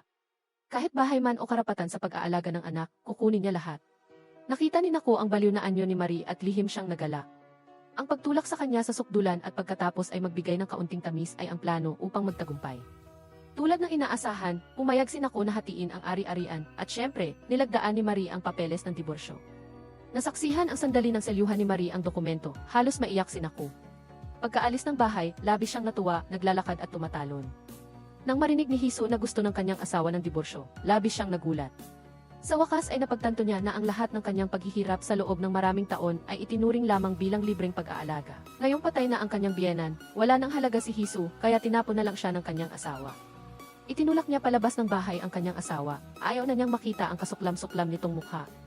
Naghanap si Hisu ng mga kamag-anak ng mga pasyenteng kasama sa kwarto habang inaalagaan ang kanyang biyenan. Doon niya nalaman ang tungkol sa video, ang huling habili ng kanyang biyenan. Nang lumabas siya, inutusan ng kanyang biyenan ang isang kamag-anak na kumuha ng abogado upang maghanda ng notarial record. Sa video, malinaw na ipinahayag ng kanyang biyenan na iiwan niya ang lahat ng kanyang mana kay Hisu pagkamatay niya. Basta may ebidensyang ito, hindi kailanman makukuha ng kanyang mga anak ang mana ni Hisu, kahit ano paman ang gawin nila. Umiyak si Hisu pagkatapos marinig ito, sa isang estado ng pagkabigla. Muli niyang nakita ang anino ng kanyang biyenan na tinatawag siya. Tinawag siyang masunuring manugang ki ng kanyang biyenan at binigyan siya ng mga bulaklak sa tagsibol. Hindi inaasahan ni Hisu na ang tanging tao sa pamilya ng kanyang asawa na mabuti sa kanya ay ang biyenan pala na dati niyang kinaiinisan. Habang inaasikaso ni Moyaong ang libing ng kanyang ina, nalaman niya na habang buhay pa, maraming utang ang kanyang ina sa pagpapagamot. At si Hisu, upang mabayaran ang utang, ay ibinenta ang bahay ng kanyang biyenan. Ngunit kahit nalaman niya ang katotohanan, pinili pa rin niyang magpanggap na walang alam. Nagalit din ang doktor kaya sinugod at sinaktan si Moyaong. Kinabukasan, lumipat si Hisu mula sa rest house, inilagay ang kanyang bagahe sa container, kasama ang kanyang asawa. Maraming lumang gamit sa sasakyan mula pa noong sila ay bata pa. Kinuha ni Moyaong ang isang photo album at binuksan ito. Puno ito ng magandang buhay nila ni Hisu noong nakaraan. Dati, para silang magkasintahan na laging naglalakbay ng magkasama. Gusto ni Moyaong na kunin ni Hisu ang mana na iniwan ng kanyang biyenan at bumalik sa dati nilang buhay at maghanap ng bagong buhay. Saka lang narinig ni Hisu na ang dahilan kung bakit gustong makipagdiborsyo ng kanyang asawa ay hindi dahil sa pagiging walang puso, kundi dahil pakiramdam niya ay hinahatak niya pababa si Hisu. Sinabi ni Moyaong na pinagsisisihan niya ang pagpapakasal kay Hisu para makita niya ang kanyang hindi matitiis at marupok na bahagi. Sa katunayan, sa loob ng mga taon, una ay kailangan ni Moyaong na masaksihan ang sakit ng kanyang ama. Ginamit niya ang lahat ng ari-arian ng pamilya para iligtas ang buhay ng kanyang ama, ngunit sa huli ay wala pa ring nagawa. Kaya, nang magkasakit ang kanyang ina, abala si Moyaong sa pagtatrabaho para kumita ng pera, at wala na siyang kakayahang alagaan ang kanyang ina. Sa huli, pinahirapan lang niya si Hisu. Ang mga hirap ng buhay ang unti-unting pumawi sa kumpiyansa ni Moyaong. Nagmakaawa siya kay Hisu na iwanan ang isang talunan na tulad niya, ngunit hindi ito pinansin ni Hisu. Magkapamilya sila, magkasama silang magtitiis sa hirap at ginhawa. Pagkasabi nito, galit na umalis si Hisu sa lalagyan. Hinabol siya ni Moyaong at mahigpit siyang niyakap. Sa kabilang banda, matapos makipagtalik ni Gina sa kanyang asawa, kinabukasan ay nakakita siya ng tumpok ng pera sa lupa. Lubos siyang nag-alala, natakot si Gina na matuklasan ng kanyang asawa ang malaking halaga ng pera na nakatago sa ilalim ng kutson. Patuloy niyang tinitignan ang kanyang asawa kung nakikita nito ang salansa ng pera, ngunit tila walang kaalam-alam si Ubin. Sa sandaling iyon, ipinalabas sa Gihi ang balita tungkol sa isang palaboy na kriminal. Agad na kumuha si Ubin ng papel at panulat at iginuhit ang suspect. Sinabi niya na habang lihim niyang pinagmamasdan si Gina, nakita niya ang taong ito. Noong panahong iyon, lumundag siya mula sa bintana ng bahay ni Gina at hinabol ng night patrol. Sinundan din siya ni Ubin at nakita ang kanyang mukha. Lumalabas na ang lalaking iyon ay kalbo. Agad na iniulat ni Gina ang sitwasyon sa pulisya. Nangyayari, tinanong din niya kung paparusahan siya dahil sa pandaraya sa kontrata ng seguro. Matapos malaman na posibleng makulong siya ng 23 taon, labis na natakot si Gina. Nang gabing iyon, habang mahimbing na natutulog si Gina, isang anino ang lumapit ng maingat.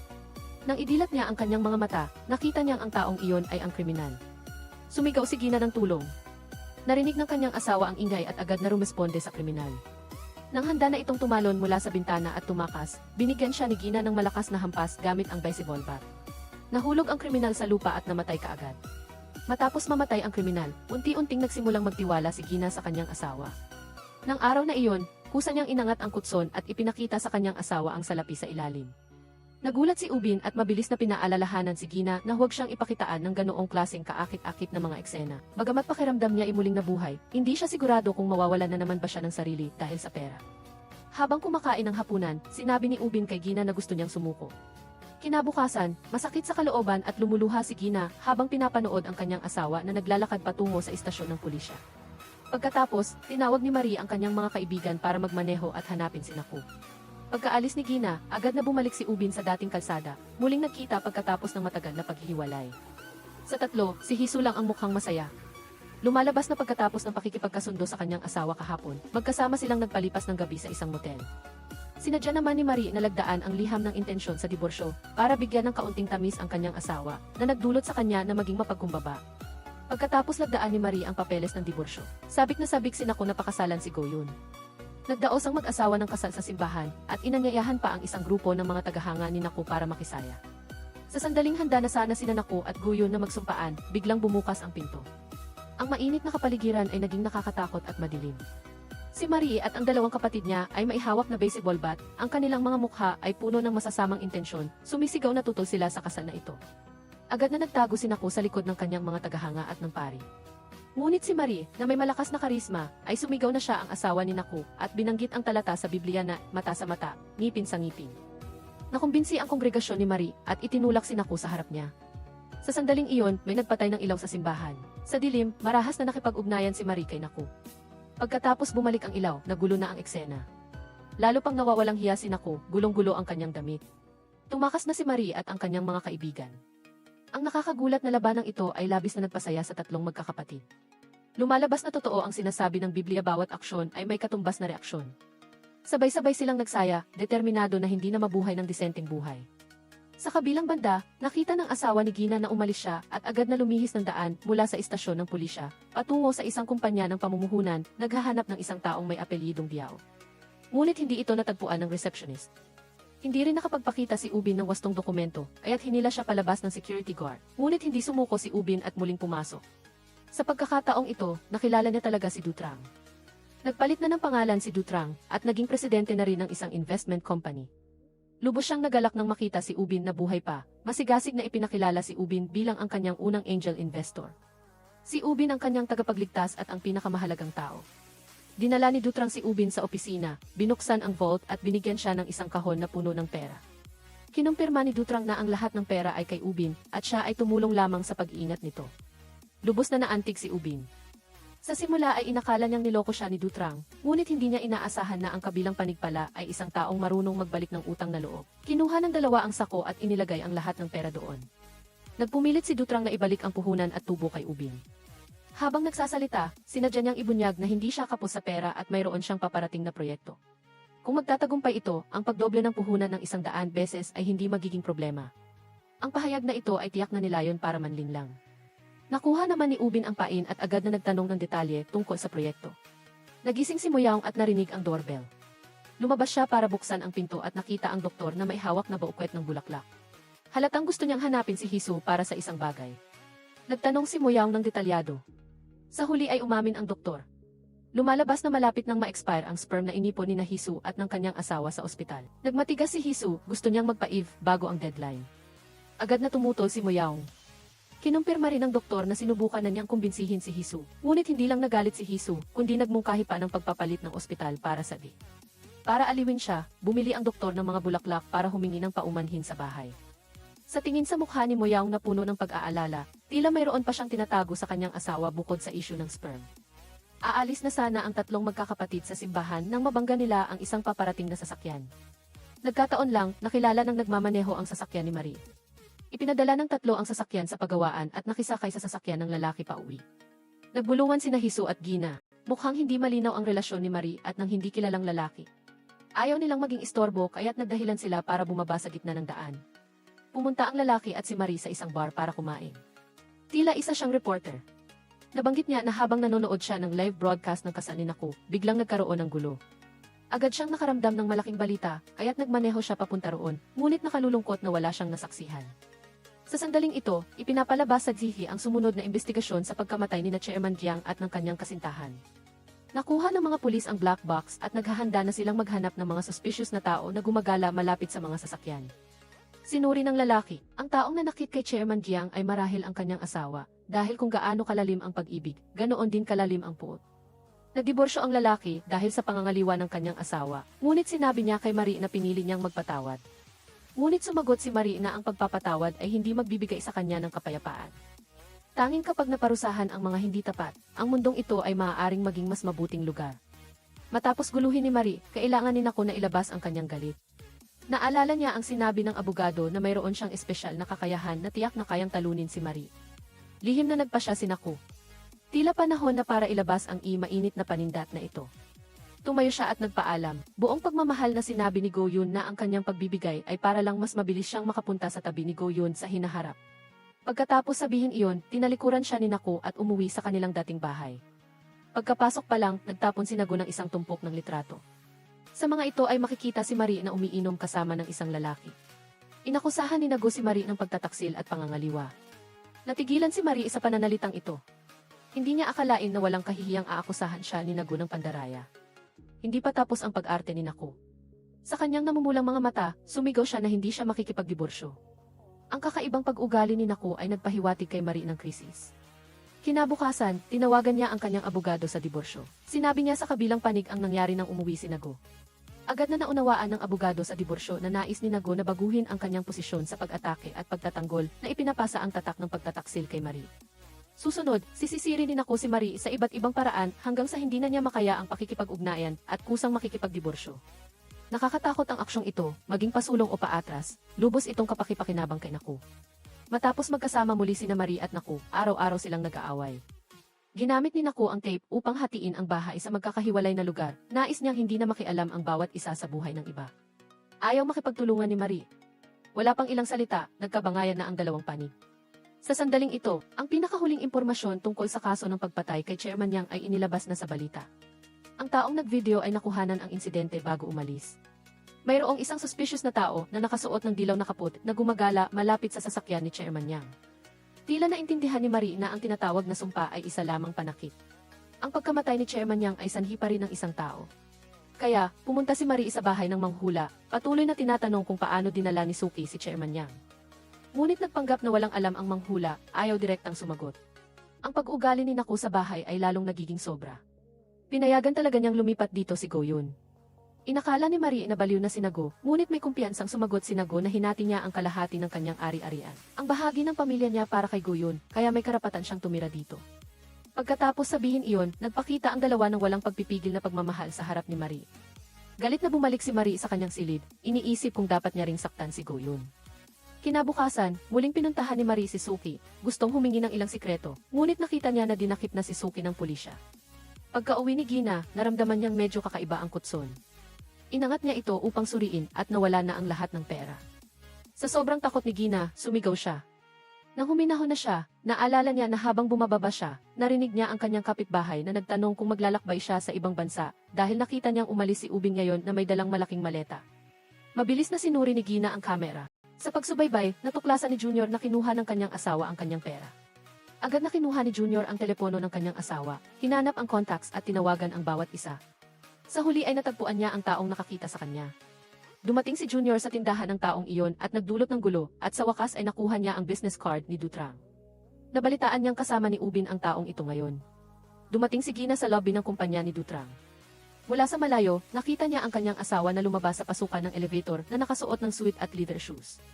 Agad na hinabol ni Gina ngunit hinarang ng security guard. Hindi sumuko si Gina.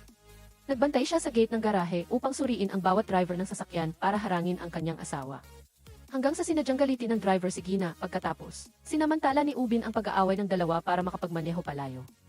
Sa kanyang desperasyon, pinatigil ni Gina ang isang delivery motorcycle para habulin ang kanyang asawa. Tila determinado si Ubin na iwasan si Gina. Nang malayo pa ang distansya, pinaupo niya ang kanyang kasamahan sa driver's seat na nagpahawak kay Gina na nagkamali siya ng nakita. Ngunit hindi si Gina ang madaling sumuko. Direkta siyang dumalo sa conference ng paglulunsad ng proyekto ng kumpanya ni Dutrang na labis na nagpatakot kay Ubin kaya tumakas ito. Hinabol ni Gina hanggang sa dulo at pagkatapos ay walang awa niyang itinulak ang kanyang asawa mula sa itaas. Napakabuti ng pakiramdam ni Hisu kamakailan dahil nalaman niyang buntis siya. Ngunit ang saloobin ng kanyang asawa ay nagpasakit sa kanyang puso. Ayaw niyang maniwala na buntis si Hisu. Desperado at galit na inimpek ni Hisu ang kanyang mga bagahe, handang umalis ng bahay. Sa puntong ito, sa wakas ay hindi na nakapagpigil si Moyaong at sinabi sa kanya ang totoo. Sa katunayan, si Hisu ay laging may sakit na humahadlang sa kanya na mabuntis. Natakot siyang masaktan si Hisu, kaya't itinago niya ito hanggang ngayon. Nang gabing iyon, tulad ng dati, nag-aaway pa rin sina Marie at Nago. Nagising pa nga si Go-yun sa ingay. Sa sandaling nagtipon ang tatlo sa sala, biglang tumunog ang doorbell. Umuwi na si Suzy, ang anak ni Marie at Nago, mula sa ibang bansa. Dali-dali nilang inalis ang mga ebidensya ng kanilang hidwaan. Ikinulong din ni Nago si Go-yun sa labas ng balkonahe. Sa sandaling iyon, binuksan ni Suzy ang pin code lock sa pinto at pumasok sa bahay. Hindi pa man niya natatanong ang kalagayan ng kanyang mga magulang, narinig na niya ang nakakapanindig balahibong sigaw ni Go-yun. Dumiretso si Suzy sa balkonahe, binuksan ang pinto at baliw na hinila ang buhok ni Go-yun. Hindi rin nagpakita ng kahinaan si Go-yun. Dahil sa pagmamahal ni Nago sa kanya, nagsimula siyang makipag-away kay Suzy. Ngunit sa harap ni Suzy, tila nawalan si Goyun ng pribilehiyong masira. Hindi naglakas loob si Nako na pagalitan ang kanyang anak, sinabihan lang niya itong humingi ng paumanhin sa mga matatanda. Bilang resulta, tumakbo at umiyak si Suzy, iniisip na sinisigawan siya ng kanyang ama. Nakita ni Goyun na patuloy na nagmumura si Suzy at naramdaman niyang parang bata ito. Maaaring gamitin ang kanyang mahinang kakayahan sa pag-arte para linlangin ang mga matatanda. Hindi inaasahan, sinigawan ni Nako si Goyun. Sa unang pagkakataon, lumapit siya sa kanyang umiiyak na anak na may mukhang puno ng pighati. Dahil sa pagdating ni Suzy, kailangan munang itigil ni Nako ang pakikipag-away kay Marie. Kailangan pa nilang matulog sa iisang kama. Ngunit hindi rin madaling sumuko si Goyun. Naghintay pa rin siya sa kanyang pamangkin sa bahay. Ayaw umalis ni Nago. Ngunit habang tumatagal, lalong lumakas ang pagnanais ni Suzy na lumaban. Maaga pa lang kinabukasan, tinawagan na niya ang kanyang lola at nanay. Nang makita ang isang kabit na mapagmataas na lumitaw sa bahay, muling nagpakita ng eksena ang dalawang babae ng paghatak ng buhok. Sa huli, huminahon din ang lahat. Lumuhod si Nako sa harap ng dalawang ina at malakas na sinabing mahal niya si Goyun. Tulad ng inaasahan, muling binugbog si Hisu. Sa huli, ginamit lamang ni Marie ang isang timba ng tubig upang patayin ang apoy ng digmaan. Muli, sa bandang huli, nagpasya ang dalawang pamilya, sina Nako at Marie, na bumoto kung magdidiborsyo sila o hindi. Pagkatapos ng pagboto, inihayag ni Suzy ang huling resulta, na may 2 boto para at 2 boto laban. Biglang inihayag ni Goyun na hindi nag-aral sa ibang bansa si Suzy, kundi nag-aral lamang sa isang internasyonal na paaralan sa Jeju Island. Dahil dito, hindi nasiyahan ang kanyang biyenan at pinuna si Marie sa pagpapaliban ng pag-aaral ng kanyang anak. Walang galang na sumagot ang ina ni Marie na hindi sinasadyang ibinunyag na tinanggap niya ang sponsorship ni Nako. Sa isang kisap mata, nag-away ang buong pamilya. Ngayon, si Suzy naman, hindi na nakatiis si Suzy at sinabi sa kanyang mga magulang na maghiwalay na sila, na itigil na ang kalokohan na ito. Pagkatapos, binuksan ni Marie ang hindi inaasahang balota at nakita na malinaw na nakasulat dito ang key abstain. Pagkatapos ng insidenteng ito, ang resulta ay humantong sa diborsyo. Pagkatapos ihatid ni Marie ang kanyang anak na babae, nilapitan siya ng kanyang ina upang kumbinsihin siyang magdiborsyo. Sinabi rin niya na ang isinulat niya sa papel ay yes na boto. Biglang lumiwanag ang isip ni Marie at nagsimulang mag-isip ng mabilis. Ang kanyang ina ay bumoto ng yes, kaya siguradong ganoon din si Nako. Kung gayon, isa sa 3 ki-abstain na boto ay galing kay Goyun. Agad na tumakbo si Marie pabalik ng bahay upang hanapin si Goyun. Ngunit sa ibabang palapag, nakita niya si Goyun at Nako na nag-aaway at galit na umalis si Goyun. Tiningnan lang ni Nako si Goyun na umalis at hindi pinansin ang kanyang asawa. Pagkabagsak ni Marie, bumalik sa alaala niya ang gabing iyon ng ulan nang magdusa siya sa sakit. Mukha siyang maputla, ginamit ang lahat ng lakas niya para bumaba mula sa bahay patungo sa ibabang palapag at kinaladkad ang dumudugong si Hisu sa operating room. Lahat ng ito ay tiniis niya mag-isa. Sa paggunita rito, lalong nagpursige ang puso ni Marie. Dahil sinaktan siya ni Nako at Goyun, wala siyang palalampasin. Nagpasya si Marie na saktan ang iba at nagsimulang pag-aralan ang video. Naghinala siya na pineke ni Suki ang pagiging presidente. Nagtataka siya at nahihirapang unawain kung bakit suot ni Suzy ang dilaw na kapote dahil napakapansin nito. Muling pumunta si Marie sa bahay ng manghula at nagsimulang magtanong ng detalyado, ngunit ayaw sumagot ng manghula. Pagsamantalahan ang pagkakataong sumasagot ang kaaway sa telepono, gumala si Marie sa likod bahay. Sa huli, nakita niya ang dilaw na kapote sa sulok. Sa oras na ito, mayroong ding balita tungkol sa pinakabagong investigasyon sa kaso ni Chairman Gang. Si Suki ay may sapat na alibi para sa araw ng pagkamatay ni Chairman Gang kaya siya ay napawalang sala. Kasabay nito, pumunta si Marie sa garahe. Ang mga salita ng mekaniko ay nagpaliwanag din sa kanya. Isang tornilyo sa bahagi ng preno, bagamat napakahirap makita, kung ito ay lumuwag, ito ay mahuhulog, sapat upang mawalan ng kontrol ang sasakyan. Pinagsama-sama ni Marie ang nakakalat na ebidensya sa kanyang isip. Mukhang namatay si Chairman Gang ayon sa plano ni Suki. Ngunit hindi si Suki ang sumira sa sasakyan. Sa kabilang banda, patuloy na hinabol ni Gina ang kanyang asawa, at sa huli ay itinulak niya ito mula sa ikalawang palapag. Sa isang tunog na plop, nahulog si Ubin sa swimming pool sa ibaba. Matapos siyang iligtas ng iba at dalhin sa pampang, ginising siya ni Gina upang singilin ang pera. Wala nang nagawa si Ubin, kaya dinala niya si Gina sa hotel at inutusan si Dutrang na isauli ang puhunan nito. Hindi nagtagal, dinala ni Dutrang ang pera. Habang nagbibilang si Gina ng pera, sadyang kinausap ni Dutrang si Ubin tungkol sa proyektong cryptocurrency na nasa kamay niya na inilalarawan ang sitwasyon kung paano sila kumita ng malaking kita pagkatapos ng pag-iipon. Nagtaas ng tenga si Gina at biglang naging interesado. Sa huli, umikot si Gina. Pilit pa ring hinabol ni Dutrang at Ubin si Gina, at sa huli ay sumama rin siya sa investment venture. Inilalagay ang lahat ng pera niya. Hindi nagtagal, nag-organisa si Dutrang ng isang grand launch event na tila totoo. Pagkatapos ng countdown, lumabas sa screen ang cryptocurrency na dumoble ang halaga. Sa gitna ng sigawan ng mga investor, tumaas ang pera ng libu-libong beses. Mabilis na kinuha ni Ubin ang baso ng alak para ipagdiwang kasama si Gina. Lahat ay lubog sa kasiyahan ng pagyaman, walang nakapansin na tahimik na umalis si Dutrang. Hanggang sa nagkaroon ng network error sa screen, saka lamang nagising ang lahat mula sa kanilang panaginip. Lahat ay hinahanap si Dutrang na nawawala. Sa huli, nakontak din ni Ubin si Du. Ipinaliwanag ni Dutrang na ang hindi pangkaraniwang e-network issue ay dahil sa pagdami ng user na bumuho sa software sa unang araw na naging sanhi ng pagkalumpo ng sistema at malapit nang bumalik sa normal. Ngunit sa oras na ito, ang kapaligiran sa pinangyarihan ay hindi na maayos. Lahat ay nakatingin kay Ubin. Kung naloko sila, tiyak na hahanapin nila siya para singilin. Dahil nawalan ng komunikasyon kay Dutrang, nag-aalala din si Gina tungkol sa kanyang puhunan. Nang araw na iyon, naghahanda na sana silang mag-asawa na pumunta sa address ng kumpanya na nakasulat sa flyer. Isang insurance investigator ang biglang tumawag kay Gina. Sinabi na itinago niya ang katotohanan na buhay pa ang kanyang asawa, kaya nabuo ang kasong insurance fraud. Lubhang natakot si Gina ngunit hindi si Ubin. Siya nga pala, ang importante ngayon ay kumpirmahin kung tama ang pamumuhunan. Dumating ang dalawa sa address, ngunit natuklasan na ito pala ay isang pabrika lang ng toilet paper. Sa puntong ito, natanto ni Gina at Ubin na naloko sila. Gustong bawiin ni Gina ang natitirang pera at tahimik na iwanan ang kanyang asawa. Hindi niya inaasahan na wala siyang kahit isang sentimo sa kanyang bulsa. Sa ilalim ng pagtatanong ni Gina, sumagot si Ubin na inilaan na niya ang lahat ng pera para sa pamumuhunan. Parang tumigil ang puso ni Gina, gusto niyang makasama ang kanyang asawa hanggang sa katapusan. Sa kabilang dako, pagkatapos marinig ni Hisu ang pagbubunyag ng kanyang asawa tungkol sa kanilang problema sa pagbubuntis, galit siyang umalis ng bahay. Pagkatapos, gumugol siya ng sumunod na ilang araw upang makipag-ugnayan sa doktor na humiling na payagan siyang sunduin ang anak na babae ng doktor mula sa paaralan. Ang doktor ay isang single dad, mukhang maganda rin ang impresyon ng doktor kay Hisu. Muling pumunta si Hisu sa ospital upang kumpirmahin ang kanyang pisikal na kalusugan, ngunit nalaman niya na ang mga reaksyon sa pagbubuntis ay maaaring senyales ng mga komplikasyon dahil sa kanser. Sinabihan siya ng doktor na huwag ipagpaliban ang maagang pagpasok sa ospital para sa paggamot. Hindi sinabi ni Hisu sa kanyang asawa ang tungkol dito, ngunit pumayag siyang magdiborsyo. Mabilis na natapos ang proseso ng diborsyo.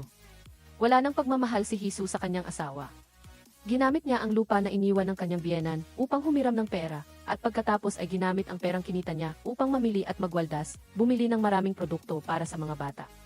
Samantala, si Marie ay ipinatawag ng pulisya para sa interogasyon dahil sa pagpunta niya kay Suki. Nang malaman ng abogado ang balita, agad niyang ipinagbigay alam kay Naku. Agad na pumunta si Naku sa istasyon ng pulisya upang mag-imbestiga, at sa huli ay narinig niya na si Marie ay tila may kinalaman sa ginawa ni Suki kay Chairman Naku. Nagpatuloy ang abogado sa pag-imbestiga batay sa pahiwatig na ito at nalaman niya na pinalaya na si Suki. Ang suspect ay ang misteryosong lalaki na nakasuot ng dilaw na kapote. Sinundan din niya ang pahiwatig at natagpuan ang website ng manghula kung saan nakita niya ang impormasyon sa tala ng nawawalang tao na umaasang sasaktan din si Naku. Kasabay nito, dinalaw si Marie ng pulisya. Pagka-uwi niya, dali-dali niyang binura ang mga post at history ng pagbabrowse na naipost sa website. Pagka-uwi ni Naku sa bahay, natagpuan niya ang dilaw na kapote na dinala ni Marie sa bahay, at sa gayon ay naunawaan niya na si Marie ay kasabwat ni Suki. Sabik siyang i-report si Marie. Sa matinding sitwasyon, sumabog si Marie na may kahangahangang lakas sa pakikipaglaban. Kinuha niya ang isang tropeo ni Naku at pinukpok siya hanggang mawalan ng malay. Sa kabilang banda, ayaw mamatay ng asawa ni Gina kasama niya at nagsimula silang mag-away. Sa huli, galit na ginamit ni Gina ang kanyang mataas na takong para pukpukin ang kanyang asawa hanggang mawalan ng malay at dumaloy ang dugo sa takong ng kanyang sapatos. Nagbago ang eksena sa isang maaraw na araw. Isinakay ni Marie ang dalawang matalik niyang kaibigan sa isang convertible. Sa labas ng trunk ng sasakyan, mayroong isang malabong bakas ng ketchup. Ipinagmaneho ni Marie ang pulang convertible patungo sa bahay ng manghula, ngunit may karatula sa labas ng gate na nagsasaad na sarado sila ngayon. Hindi sumuko ang tatlo at patuloy na sumigaw para buksan ng manghula ang pinto.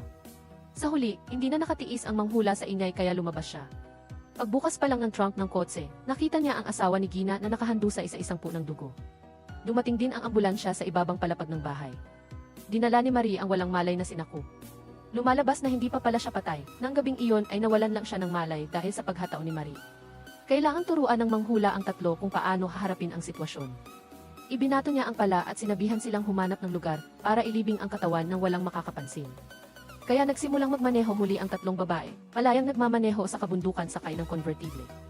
Sa daan, bumaba ang dalawa at nagtago sa damuhan para magbawas. Habang nalulumbay, napansin sila ng dumadaang sasakyan ng pulis. Agad na kinabahan ang tatlo, iniisip na nabunyag ang kanilang ginawang pagpatay. Gayunpaman, sa sandaling iyon, biglang huminga si Ubin sa trunk ng sasakyan. Nagulat ang mga babae dahil hindi pa pala siya patay. Sa gitna ng pagkalito, buong tapang na ginamit ni Hisu ang pala para pukpukin muli ang asawa ni Gina hanggang mawalan ng malay at muling sumama sa listahan ng mga biktima. Pagkatapos, napansin ni Marie na tumutunog pa rin ang telepono sa trunk ng sasakyan, ngunit bago pa man niya sagutin, lumakas ang tunog ng sirena. Mabilis na sumakay ang tatlo sa sasakyan at naghabulan sa kabundukan kasama ang sasakyan ng pulis. Sa ospital, tinawag ni Nako ang pulisya. Pagkatapos, tinanong din ng pulisya ang buong kwento ng kaso. Pinaninindigan ni Nako na siya ay walang awang binugbog. Gayunpaman, natagpuan ng pulisya ang iba pang mga bakas ng dugo sa kanilang bahay. Naalala ni Nako na natapakan ni Marie ang bubog, kaya tiyak na ketchup niya iyon na nahulog. Ngunit nagdududa pa rin ang pulisya, dahil hindi pa rin malinaw kung buhay o patay si Marie. Si Nako lang ang nagbigay ng pahayag na iyon. Iminungkahi ni Nako sa pulisya na tingnan ang surveillance camera. Tiyak na tumakas si Marie pagkatapos ng kanilang laban. Ngunit sumagot ang pulisya na napanood na nila ang kamera kanina, at tanging ang pag-uwi lang ni Marie ang nakita, walang eksena ng kanyang pag-alis. Ang tanging kumpirmasyon ng pulisya sa ngayon ay nagkaroon ng kaguluhan at pinsala sa pagitan ni Marie at Nako, at pagkatapos ay nawala si Marie. At ang huling kasama niya ay si Nako. Sa madaling salita, kung may nangyari kay Marie, si Nako ang pangunahing suspect. Agad na napagtanto ni Nako na mali ang direksyon, at nagsimulang takpan ang kanyang ulo at magkunwari na tanga. Pagkatapos umalis ng tatlong kaibigan, nakatanggap ang manghula ng tawag mula sa istasyon ng pulisya. Nagdududa ang pulisya na ang misteryosong tao na nakasuot ng dilaw na kapote na naitala sa surveillance video ay siya, dahil ipinahihiwatig ng investigasyon na siya ang nagpapatakbo ng website. Dahan-dahang kinuha ng manghula ang isang bagong dilaw na kapote at ibinigay sa pulisya, sinabing ang website na ito ay lugar lamang para sa mga kaawa-awang asawa upang maglabas ng galit at hindi talaga sasaktan ang sinuman. Dahil walang ebidensya ang pulisya, tumayo ang manghula at umalis agad. Ngayon ang anibersaryo ng kamatayan ng isang babae, at kailangan pa niyang bisitahin ang libingan. Nagmaneho ang tatlong babae patungo sa kagubatan, at sa huli ay nakatakas mula sa sasakyan ng pulis. Sa sandaling ito, tumunog muli ang telepono sa kamay ni Marie, at si Nako ang tumawag. Lumalabas na si Goyun pala ang may-ari ng telepono. Nang gabing iyon, matapos mapabagsak ni Marie si Nako, nawala na rin si Goyun. Naalala ni Nako na sinabi sa kanya ni Goyun na umiiyak na pinagbantaan siya ni Marie na papatayin. Lubhang nag-aalala si Nako na baka may nangyari na talaga kay Goyun. Pagkatapos, nakatanggap siya ng mensahe na ginamit ni Marie ang credit card ni Nako para mamili. Pagkatapos mamili ni Marie, sadyang kumaway pa siya sa kamera. Agad na hinila siya ni Hisu palayo nang makita ito. Nahaharap din ngayon si Gina sa isang tawag, ito ang investigador ng seguro. Palagi niyang pinaghihinalaan si Gina na dinadaya ang kumpanya ng seguro. Isang hindi inaasahang tawag ang dumating sa tamang oras, na labis na ikinatakot ni Gina. Bumalik si Nako sa bahay at tiningnan ang bahay ni Goyun sa pamamagitan ng binokular. Ang pamilyar na tanawin ay nagpaalala kay Nako ng masayang panahon na ginugol niya sa bahay ni Goyun. Siya ang pinagkakatiwalaan ni Nako. Kung talagang patay na si Goyun, paano pa siya mabubuhay? Sa pag-iisip nito, hindi na iwasan ni Nako ang humikbi. Ngunit di nagtagal, ginawa niyang lakas ang kalungkutan. Ang kanyang BV ay biglang lumampas sa pinakamataas na halaga sa kanyang buhay. Naisip niya ang tungkol sa kamera. Naroon sa surveillance video na hindi na itala ang pag-alis ni Marie, kaya't sinubukan niyang umakyat sa pinakamataas na palapag. Sa katunayan, natuklasan niya ang isang pinto na humahantong sa isa pang gusali. Sa labasan ng kabilang gusali, nakuha ng kamera si Marie. Ipinakita ni Nako ang surveillance video na ito sa pulisya. Pinupuna sila sa hindi pag-imbestiga ng lubusan at sa pagpaparatang sa kanya. Hinimok ni Nako ang pulisya na arestuhin agad si Marie, ngunit ang kahilingang ito ay malinaw na sobra. Alam din ng pulisya ang naunang balita tungkol sa pagtataksil ni Nako, kaya pinayuhan nila siyang huwag palakihin ang issue, kung hindi ay tuluyan siyang masisira. Dahil ayaw tumulong ng pulisya, kinailangan ni Nako na kumilos ng mag-isa. Paglabas pa lang niya ng istasyon ng pulisya. Pagkalabas niya sa istasyon ng pulisya, biglang nakita niya ang isang delivery truck ng grocery store, na kung saan ay ang grocery store nakakakuha lang niya ng text message tungkol sa pagbawas ng pera sa kanyang card. Agad na hinabol ni Nako ang delivery truck. Pagdating sa grocery store, humingi si Nako ng kopya ng resibo batay sa impormasyon ng card swipe. Paglabas niya sa grocery store, nakita niya muli ang isang surveillance camera sa itaas niya. Dahil sa tawag mula sa insurance investigator, nataranta si Gina at itinapon ang kanyang telepono. Ang padalos-dalos na gawaing ito ay nag-alala rin kina Hisu at Marie. Kung makuha ng iba ang data at malaman ang impormasyon sa loob, siguradong malaking gulo. Sa sandaling ito, may narinig na ingay mula sa putikan sa gilid ng ilog. Agad na lumapit si Junior para tingnan. Talaga nga ang telepono niya, ngunit ang tawag ay mula sa numero ng kanyang asawa. Dahil sa takot, muling nabitawan ni Gina ang telepono sa lupa. Bumalik ang tatlo sa trunk ng sasakyan. Walang malay pa rin si Ubin, hindi alam kung buhay pa siya o patay na. Sino kaya ang tumawag na ito? Sa sandaling ito, isang lalaking nakasuot ng itim na maskara ang nag-imbestiga sa lugar kung saan binugbog si Ubin. Siya ang taong nagdayal ng numero ng telepono ni Ubin. Nagpatuloy ang mga babae sa pagmamaneho patungo sa sementeryo, bit-bit ang kanilang mga hinala. Ang kanilang patutunguhan ay ang lupain na iniwan ng biyenan ni Hisu. Napakatahimik ng lugar na ito, isang magandang lugar para ilibing ang katawan. Habang naghukay ng hukay, patuloy na nasusuka si Hisu. Matapos siyang tanungin ni Marie at Gina, inamin niyang buntis siya. Pagkasabi nito, agad na masayang binati ng dalawang kaibigan si Hisu. Hindi kalayuan, narating din ni Naku ang lugar na ito batay sa impormasyon na ipinakita ng grocery store surveillance system. Nagtago siya sa damuhan at dahan-dahang gumapang, paunti-unting lumalapit sa pulang konvertible. Hindi inaasahan, pagbukas pa lang niya ng trunk ng kotse, nakatingin na siya sa asawa ni Gina. Lumabas na nagpapanggap lang pala na patay ang asawa ni Gina. Agad na tinanong ni Naku kung nasaan si Guyon, ngunit hindi man lang kilala ni Ubin si Naku. Gusto lang niyang ipagpatuloy ang pagpapanggap na patay kahit na gusto siyang iligtas ni Naku. Ang dalawa ay gumawa ng ingay habang nagtutulakan. Agad na ibinaba ni Marie at ng dalawa pa ang pala at lumapit sa direksyong ito. Kinailangan ni Naku na magtago sa isang tabi. Nagsimulang magtulungan ang tatlong babae para ilabas ang asawa ni Gina. Habang ginagalaw siya, hindi sinasadyang nahulog nila si Ubin sa lupa. Agad siyang sumigaw na nagbunyag na buhay pa siya. Walang nagawa ang tatlo kundi ipaalam sa kanya kung ano ang festival at muli siyang hinila sa hukay. Lubos na natatakot si Naku sa damuhan, ngunit lakas loob pa rin siyang lumapit at kunan ng litrato ang kanilang ginagawang pagbaon ng katawan. Ngunit pagkatapos niyang kumuha ng litrato, nalaman niyang walang signal dito, kaya't hindi niya maipadala ang mga larawan. Hanggang sa paglubog ng araw, sa wakas ay nakahukay na sila ng tatlong butas. Sa sandaling ito, lumabas si Naku na gustong harapin ang tatlong babae. Ngunit hindi niya inaasahan na ang pag-iwas ni Marie ay nagdulot sa kanya upang direktang mahulog sa hukay. Napansin ito ni Marie at tumawa ng malakas. Hindi inaasahang karma. Hindi man lang hinila si Naku. Pagkahulog ni Naku sa bitad, biglang dumating si Moyaong. Buong emosyon niyang niyakap si Hisu at sa susunod na sandali ay naitulak din sa hukay. Tinanong siya ni Hisu kung bakit hindi pa siya sumakay ng eroplano at umalis. Sumagot siya na nakalimutan niya ang kanyang kamera. Nagtawanan sila. Lumalabas na napakahalaga pala ng kamera.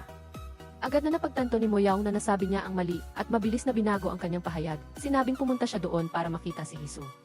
Ngunit nakita na ni Hisu ang tunay na kulay ng kanyang asawa, napakamakasarili niya. Sadyang kinuha ni Hisu ang kamera, alam na hindi makakapaglakbay ng maayos ang kanyang asawa kung wala ito, kaya tiyak na babalik siya. Ang tatlong asawang ito ay pawang mga kasuklam-suklam na makasalanan. Habang inililibing na sila ng mga asawa, biglang may ilang sasakyan ang dumaan sa malayo at isang grupo ng mga taong nakasuot ng itim ang bumaba. Hindi sila kilala ni Marie at ng iba pa, kaya't kinailangan nilang magtago sandali.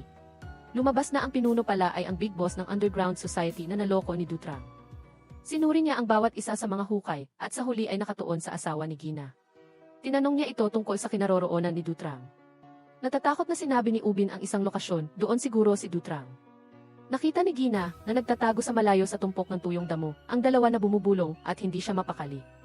Napagkamalan niya na ang big boss at ang kanyang asawa ay nag-uusap tungkol sa naroon sa surveillance video na hindi na itala ang pag-alis ni Marie, kaya't sinubukan niyang umakyat sa pinakamataas na palapag. Sa katunayan, natuklasan niya ang isang pinto na humahantong sa isa pang gusali. Sa labasan ng kabilang gusali, nakuha ng kamera si Marie. Ipinakita ni Naku ang surveillance video na ito sa pulisya. Pinupuna sila sa hindi pag-imbestiga ng lubusan at sa pagpaparatang sa kanya. Hinimok ni Naku ang pulisya na arestuhin agad si Marie, ngunit ang kahilingang ito ay malinaw na sobra. Alam din ng pulisya ang naunang balita tungkol sa pagtataksil ni Naku, kaya pinayuhan nila siyang huwag palakihin ang issue, kung hindi ay tuluyan siyang masisira. Dahil ayaw tumulong ng pulisya, kinailangan ni Naku na kumilos ng mag-isa. Paglabas pa lang niya ng istasyon ng pulisya, hakbang-hakbang silang bumaba ng bundok. Nang walang nakakapansin, tahimik na gumapang si Naku palabas ng hukay at tumakbo papunta sa mansyon. Sa madilim na mansyon, nag-iisang nilalabanan ng tatlong babae ang asawa ni Hisu. Hindi sinasadyang nabaril. Nang marinig ang putok ng baril, ang mga miyembro ng gang na nagbabantay kay Ubin ay agad na natakot at tumakas. Bumagsak si Ubin at dali-daling tumakbo palayo. Dahan-dahang lumapit si Naku sa bintana, takot na takot. Biglang may sumindi na ilaw sa loob. Sumilip siya at nakita ang tatlong babae at si Moyaong. Sa isip ni Naku, naisip niyang muli silang nambugbog ng tao. Mabilis siyang tumalikod at umalis at tumawag sa pulisya. Hindi nagtagal, dinala ni Naku ang pulisya. Agresibo siyang sumugod sa mansyon upang mahuli ng pulisya ang tatlong mamamatay tao. Gayunpaman, sadyang nagkunwari si Marie na malungkot at walang magawa, sinasabing oras na para uminom ng gamot si Naku. Agad na naunawaan ni Naku na sinusubukan si Marie na ilarawan ang kanyang sarili bilang isang baliw upang lokohin ang pulisya. Hindi siya nagpatinag at buong buhay na inilarawan kung paano sinubukan ng tatlong babae na patayin si Muyaw. Ngunit pagkatapos niyang magsalita, lumabas si Muyaw mula sa katabing silid na parang walang nangyari. Nalito si Naku at ang pulisya ay hindi na interesado pang makinig sa kanya. Iniwan nila si Naku sa harap ng mansyon at umalis. Lumalabas na sa kaguluhan kanina, lihim na kinuha ni Marie ang baril at aksidenteng binaril, ngunit ang bala ay tumama lang sa palamuti. Pagkatapos, iminungkahi ng tatlo kay Muyaw na magsanib puwersa sila sa pag-arte. Salamat dito ay napahiya si Naku nang makita niyang umalis ang pulisya. Binuksan ni Marie ang telepono ni Go-yun at naghanap ng signal. Nag-aalala si Gina sa kaligtasan ng kanyang asawa, kaya tahimik siyang lumabas na may dalang flashlight upang maghanap. Hindi pa siya gaanong nakakalayo nang makita ni Gina ang kanyang asawa na nakahando sa isalupa sa daan sa kagubatan. Pagkatapos, hiniling niya kay Naku na buhatin siya pabalik sa mansyon. Sa mansyon, sinimulan ni Hisu at Muyaw na muling isadula ang kanilang masaya at mapayapang mga taon. Nagluto si Muyaw ng nilagang manok para kay Hisu, at puno ng sinseridad ang kanyang mukha para sa kanyang asawa. Hiniling niya sa kanyang asawa na sumama sa kanya sa ospital. Lumalabas na nagpasya si Muyaw na bumalik hindi para hanapin ang kanyang kamera, kundi bago pa man lumipad ang eroplano. Mula sa surveillance video na hindi na itala ang pag-alis ni Marie, sinubukan niyang umakyat sa pinakamataas na palapag. Sa katunayan, natuklasan niya ang isang pinto na humahantong sa isa pang gusali. Sa labasan ng kabilang gusali, nakuha ng kamera si Marie. Ipinakita ni Naku ang surveillance video na ito sa pulisya. Pinupuna sila sa hindi pag-imbestiga ng lubusan at sa pagpaparatang sa kanya. Hinimok ni Naku ang pulisya na arestuhin agad si Marie, ngunit ang kahilingang ito ay malinaw na sobra. Alam din ng pulisya ang naunang balita tungkol sa pagtataksil ni Naku, kaya pinayuhan nila siyang huwag palakihin ang issue, kung hindi ay tuluyan siyang masisira. Dahil ayaw tumulong ng pulisya, kinailangan ni Naku na kumilos ng mag-isa. Paglabas pa lang niya ng istasyon ng pulisya, ang buhay ng kanyang asawa ay hindi mas mahalaga kaysa sa pera. Hindi rin nagpatalo si Gina. Sinabi niya na karapat dapat siya sa perang iyon dahil siya ang nagpipilit na magbayad ng buwanang bayad sa membership sa loob ng 5 taon. Nang walang pera, nanghiram pa siya ng pera sa mga kaibigan at tumakas. Sa ganitong pagtitiyaga lamang nila nakuha ang halaga ng siguro. Nagalit si Ubin at sinabing marami siyang tiniis sa nakaraang 5 taon, nagtatago sa ligaw na bundok buong araw, nagtitiis hanggang sa matapos ang pagbabayad ng siguro. Ngunit naintindihan ni Gina ang ibig sabihin ng pangungusap na ito. Lumalabas na pumunta ang kanyang asawa sa kanya para kunin ang pera ng siguro. Pumunta siya rito para sa pera mula pa sa simula. Ang pangungusap na ito ang nagpagalit kay Gina. Muling napagtanto ni Gina ang tunay na kulay ng kanyang asawa. Sa hapunan ng gabing iyon, kapwa natakot sina Naku at Ubin na baka lasonin ng kanilang mga asawa ang pagkain sa harap nila. Habang ang apat ay nakikipaglaban pa rin sa psikolohikal na digmaan, biglang nakaramdam ng pagduduwal si Hisu at dali-daling tumakbo sa banyo. Agad na sumunod si Muyaw upang alagaan siya, ngunit itinulak siya ni Marie. Sa katunayan, buntis si Hisu, ngunit ang kanyang cancer ay nasa huling yugto na. Sinabi sa kanya ng kanyang doktor na ang mga sintomas ay unti-unting lumala habang lumalaki ang pagbubuntis. Ngunit kahit na ganoon, ayaw pa rin ni Hisu na pumili ng paggamot. Gusto niyang panatilihin ang sanggol na ito ay palaging pangarap niya. Madaling araw na, si Naku, hawak ang baril, hinanap ni Naku ang bakas ni Go-yun. Sinundan siya ni Marie na ikinagulat niya. Agad niyang itinaas ang baril at itinutok kay Marie, tinanong kung nasaan si Go-yun at kung siya ba ang may kagagawan. Sa narinig, sinadya ni Marie nang umiti at ibinalik ang tanong, kung talagang ako ang may kagagawan kay Go-yun, ano ang gagawin ni Naku? Sa puntong ito, naitulak na ni Naku si Marie sa lupa, at ang tanging makikita sa kanyang mukha ay kawalang interes at puot. Sinabi niya kay Marie na natalo siya noong nakaraan dahil lang sa pagpipigil niya. Kung may nangyari talaga kay Go-yun, hindi niya palalampasin si Marie. Tumayo si Marie at malamig ding sinabi kay Naku, kung bakit ka pa nabubuhay ngayon ay dahil sa aking pagpapaubaya. Kahit na sa panahon ng aksidente, sa mismong oras na bumabawi siya sa isang ospital sa probinsya, o nang pabagsakin siya ni Marie sa bahay gamit ang isang tropeo, sa mga pagkakataong iyon ay may perpektong pagkakataon si Marie na saktan si Naku, ngunit hindi pa rin niya magawa. Isa lang ang dahilan, noong nagpakasal sila, sumumpa sila sa Diyos na mananatili silang magkasama magpakailanman, at tanging kamatayan lamang ang makapaghihiwalay sa kanila. Ipinagwalang bahala ni Naku ito, sinasabing lahat ng nagpapakasal ay nagsusumpaan ng ganoon. Ngunit pinananatili pa rin ni Marie ang mga salitang ito sa kanyang puso. Nararamdaman na kapag nasabi na ang mga salitang iyon, ito ay isang panghabang buhay na pangako. Mananatili silang mag-asawa at magulang ng kanilang anak na babae. Sa harap ng mga pagtatapat ni Marie, muling binuhusan ni Naku ng malamig na tubig si Marie. Sinabi niya kay Marie, salita sa salita, na kahit anong gawin niya para iligtas ang kasal, hindi siya magbabago. Ayaw niyang mamuhay kasama si Marie, kahit isang segundo, at mas gugustuhin pa niyang mamatay kaysa iwanan si Marie. Malungkot na lumuha si Marie, umiyak at pagkatapos ay tumawa, ipinapakita ang kalungkutan sa kanyang puso na parang baliw. Nag-ingat si Naku, itinaas ang baril upang takutin si Marie na huwag lumapit. Ngunit labis na nasasaktan si Marie, kaya't hindi na siya natatakot. Kinuha niya ang dulo ng baril at itinutok sa sarili, sinasabi kay Naku na barilin siya. Hindi inaasahan, talagang pinindot ni Naku ang gatilyo, ngunit walang bala ang baril. Sa puntong ito, nalungkot na si Marie. Gaano man siya gustong umiyak, nawalan siya ng lakas. Lumalabas na labis na kinamumuhian siya ni Naku, hanggang sa punto na kaya niya talagang pindutin ang gatilyo. Desperadong umalis si Marie sa mansyon at nawala sa kadiliman. Kinaumagahan, hindi natagpuan ni Hisu at Gina si Marie. Pareho silang lumabas ng mansyon. Sa sandaling ito, nakabalik na si Marie at mas maganda na ang kutis ng kanyang asawa.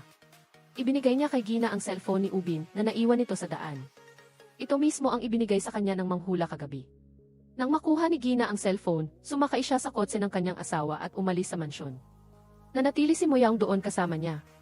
Tiningnan nilang dalawa ang bawat larawan. Tumawag ang isang doktor at hinimok ang kanyang asawa na dalhin si Hisu para magpa-check up sa lalong madaling panahon, ngunit hindi masabi ni Moyang ang linyang ito dahil napakasaya ngayon ni Hisu.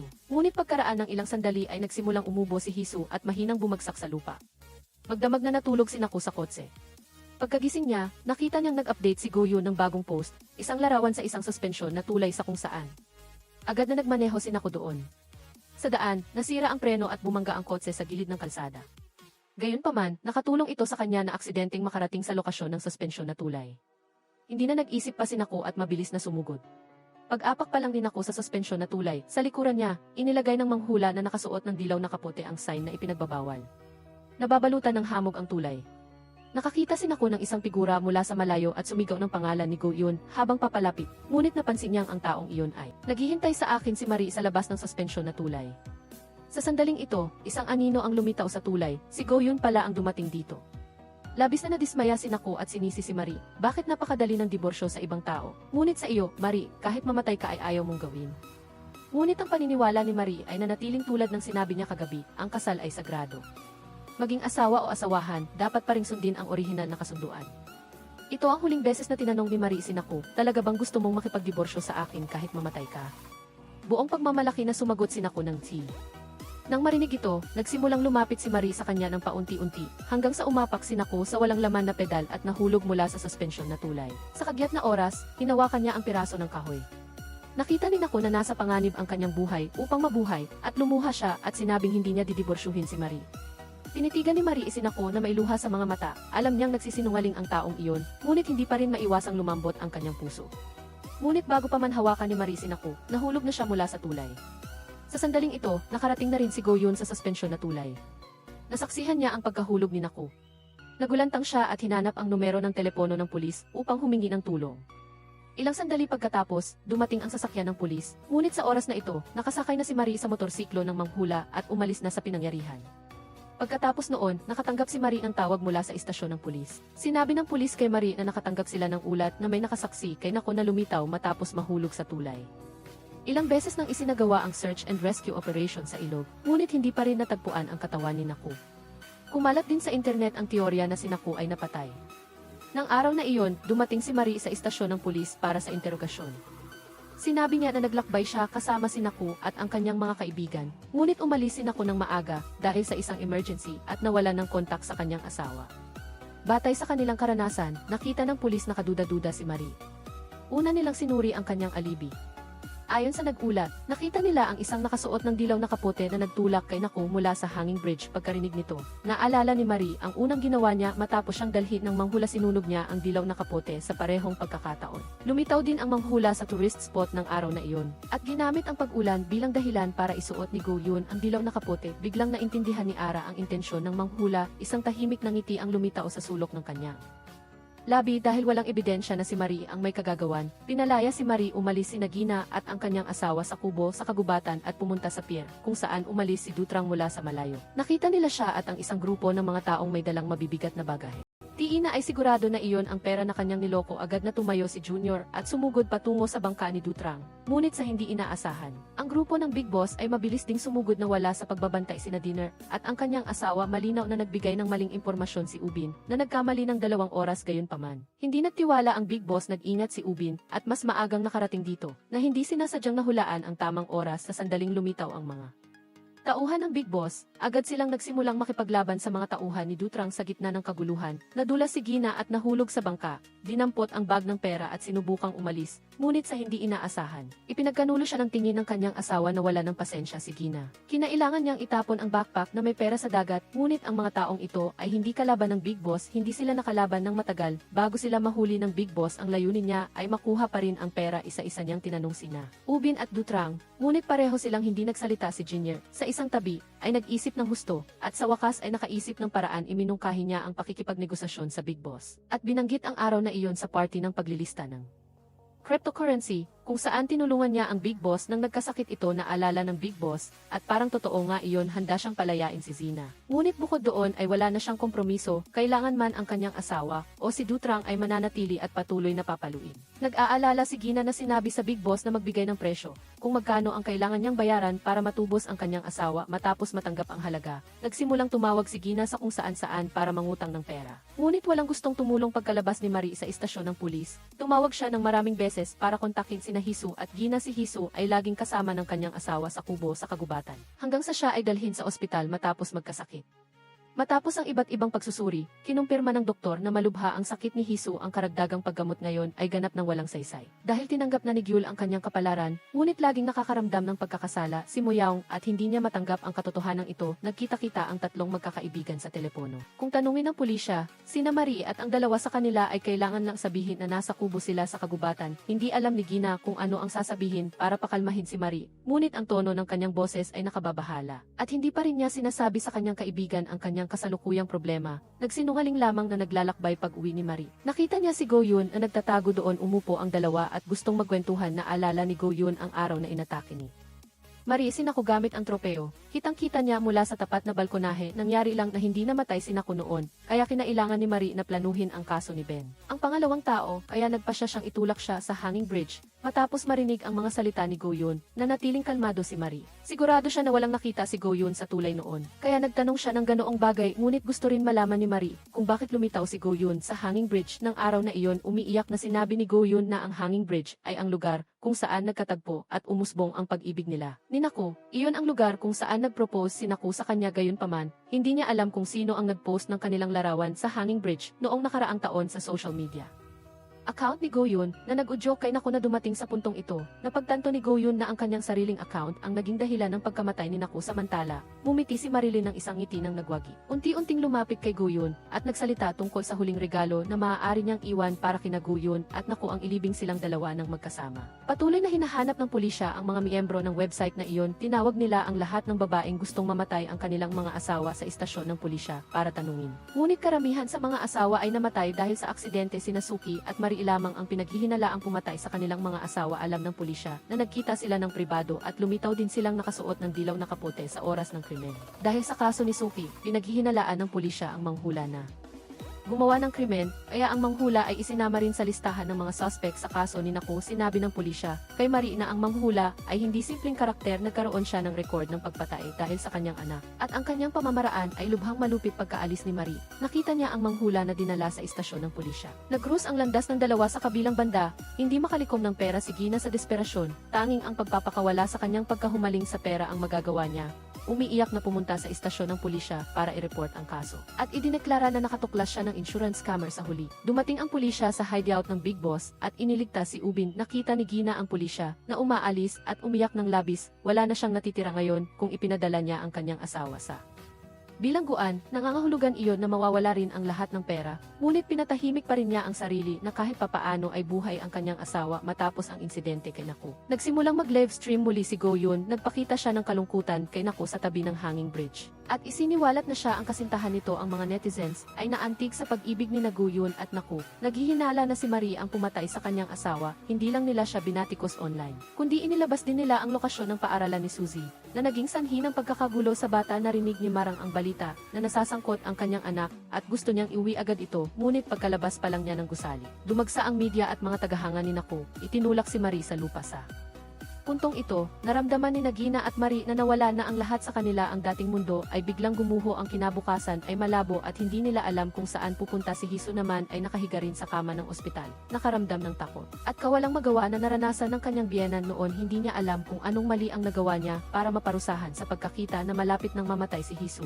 Mabilis na dumalaw ang dalawang kapatid ng kanyang asawa para sa pera. Gustong agawin ang mana ng biyenan ni Hisu. Sa huli, sinabuyan sila ni Hisu ng asin at pinaalis. Si Hisu ay gusto lang maghintay sa kamatayan. Pumunta siya sa doktor para pumirma ng kasunduan na huwag nang mabuhay, ngunit sa hindi inaasahan. Nang matuklasan ng kanyang asawa na nasira ang kasunduan, sa galit, ayaw niyang umalis si Hisu ng maaga. Kung mayroon lang kaunting pag-asa, ililigtas pa rin niya ang buhay nito sa gabi habang natutulog si Hisu. Binuksan ni Moyaong ang laptop para tingnan matapos makita ang isang pahina mula sa dayuhang website. Ay mukha siyang nagulat ng araw na iyon. Pinanood ni Gina ang balita tungkol sa pag-aresto kay Big Boss at Dutrang Satsi. At bigla siyang nakaisip. Tumakbo siya sa kalendaryo para suriin ang pagbabago ng tide. Isang araw sa hinaharap, ang dagat ay aabot sa pinakamababang punto sa pagkakita na nagsisimula ng bumaling ang opinyon ng publiko kay Naku at Goyun. Nagpasya si Marie na sabihin ang katotohanan matapos makahanap ng isang reporter. Isiniwalat niya ang kanyang orihinal na plano. Nasaktan si Naku. Nagsuot si Marie ng dilaw na kapote at pumasok sa istasyon ng pulis. Agad na naunawaan ng manghula na gusto ni Marie na sumuko, kaya lumapit siya para kumbinsihin siyang umuwi,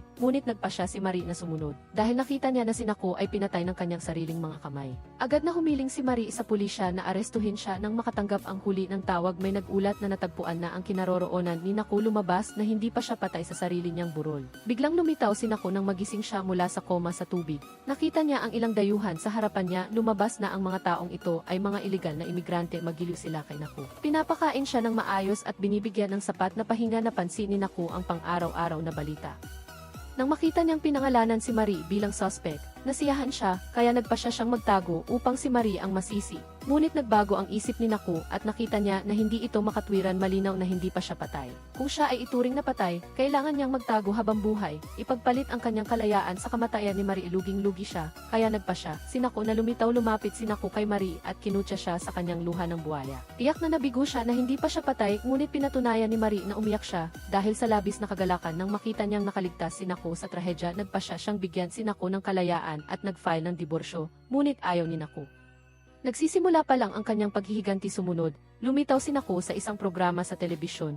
Umaagos ang luha sa kanyang mukha. Ikinuwento ang kanyang trahedyang karanasan matapos mahulog sa tubig. Sa pagpapataas ng tensyon sa pinakakasukdulang sandali, muling sinabi ni Naku na ang nagpahirap sa kanya ay ang kanyang asawa sa huli. Nagkunwari siyang labis na nalulungkot at mabilis na umalis sa eksena, ngunit nagmamadali lang si Naku na umalis para pumunta sa banyo. Tinawagan siya ni Marie at pinagalitan dahil sa kanyang mga walang kwentang sinasabi sa ere. Malinaw na sa hangin bridge, siya mismo ang nadulas at nahulog. Buong pagmamataas na sinabi ni Naku na ang mas nakakatakot kaysa sa batas ay ang kaparusahan ng opinyon ng publiko. Basta't isiniwalat niya na si Marie ang mamamatay tao, hindi siya makakataka sa batikos ng publiko sa hindi inaasahan. Pagkatapos niyang magsalita, mayroong kaunting ingay sa labas ng bahay. Binuksan ni Naku ang pinto ng banyo at nakita ang direktor ng TV station. Yumuko siya at tiningnan ang kanyang dibdib. Sa kanya lang napansin na nakakabit pa ang mikropono. Ang mga salitang nakasisira sa sarili ay naipabalita na sa programa. Sa pamamagitan ng mikropono, biglang nagkaroon ng malaking pagbabago ang pangyayari. Agad na natawa si Marie. Ang panalo sa round na ito ay talagang malaking ginhawa. Ang insidenteng ito sa pagsasahimpapawid ay nagresulta sa pagiging target ni Naku ng pagpuna ng publiko. Nagtago siya sa bahay ni Goyun buong araw at hindi naglakas loob na lumitaw dahil napapalibutan ang ibabang palapag ng mga reporter. Nagalit din si Goyun at hindi niya alam kung makakapanatili pa ba siya kay Naku sa puntong ito. Tumawag si Marie mula sa kalapit na gusali. May hawak siyang list na naglalaman ng katotohanan. Narito ang katotohanan tungkol sa nangyari sa Hanging Bridge. Nang araw na iyon, nagkita sila ng kanilang abogado at sabay na ipinalabas ang video ng araw na iyon sa Hanging Bridge. Matapos magtalo sina Naku at Marie, si Naku mismo ang unang humawak sa liig ni Marie at idinikit siya sa maluwag na rehas ng Hanging Bridge hanggang sa makawala si Marie at unti-unting lumapit kay Naku. Hindi niya sinasadyang natapakan ang isang bakanting tabla at nahulog sa tubig. Matapos ipalabas ang video, mayroon pang isang ebidensya laban kay Naku, ang tangkang pananakit at panloloko sa tao na nag-aksaya ng mga mapagkukunan ng pulisya. Wala nang lakas si Naku para lumaban. Wala siyang pagpipilian kundi mangako na ibibigay ang bahay at karapatan sa pagiging magulang kay Marie. Kahit tulungan lang niya akong itago ang ebidensya. Matapos marinig ito, idinagdag din ni Marie na gusto niya ng taos pusong paghingi ng tawad mula kay Naku. Walang magawa si Naku kundi lumuhod sa harap ng telepono at malakas na humingi ng tawad. Saka umiti si Marie. Ang diborsyo ay isang napakamahal na transaksyon. Lumipat ang eksena kay Gina nang malaman niyang ang araw na iyon ay low tide. Agad siyang tumakbo sa dalampasigan para hanapin ang lugar kung saan niya itinapon ang bag ng pera matapos.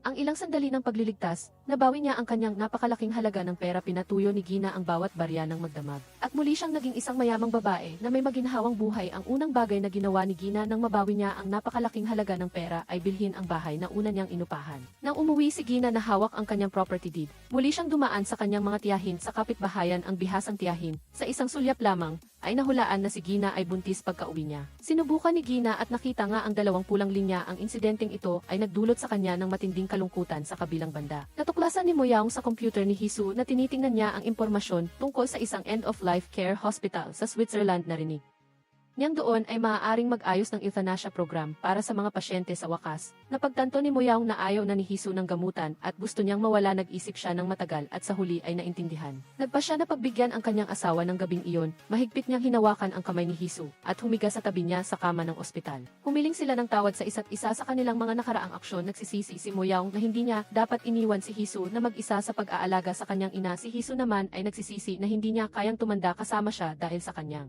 terminal na sakit. Pagkatapos magsalita, nagyakapan silang dalawa at umiyak ng manalo si Marie. Nakipagkita siya sa kanyang mga kaibigan sa bahay ng manghula upang ibahagi ang kanyang mga karanasan. Nagpa siya si Marie na magdiborsyo. Inanunsyo ni Gina na siya ay buntis sa gitna ng paghihirap. Diretsahang sinabi ni Hisu na mayroon siyang stage 4 cancer at maaaring mabuhay ng maksimum ng 1 taon. O ilang buwan lamang. Labis na nagulat sina Marie at Gina at hindi makapaniwala sa katotohanan ito. Sa alaala ng dalawa, laging malakas ang boses ni Hisu noong high school sila. Sinabi niyang ang huling araw ng 1,999 ay ang katapusan ng mundo. Si Hisu rin ang nagsabi sa dalawa niyang kaibigan noon na pinaniwalaan ni Marie at Gina ang mga ito pa nga ang naglakas loob na iligtas ang isang kaklase na binubuli dahil naramdaman nila na kung ang buhay ay nasa countdown na, dapat silang magkaroon ng sapat na lakas ng loob na gawin ang nais nila upang walang pagsisisi. Naalala ni Hisu ang kanyang pakiramdam nang maniwala siyang nalalapit na ang katapusan ng mundo. Hindi siya natakot. Ang dahilan ay lagi siyang kasama ng kanyang mga kaibigan.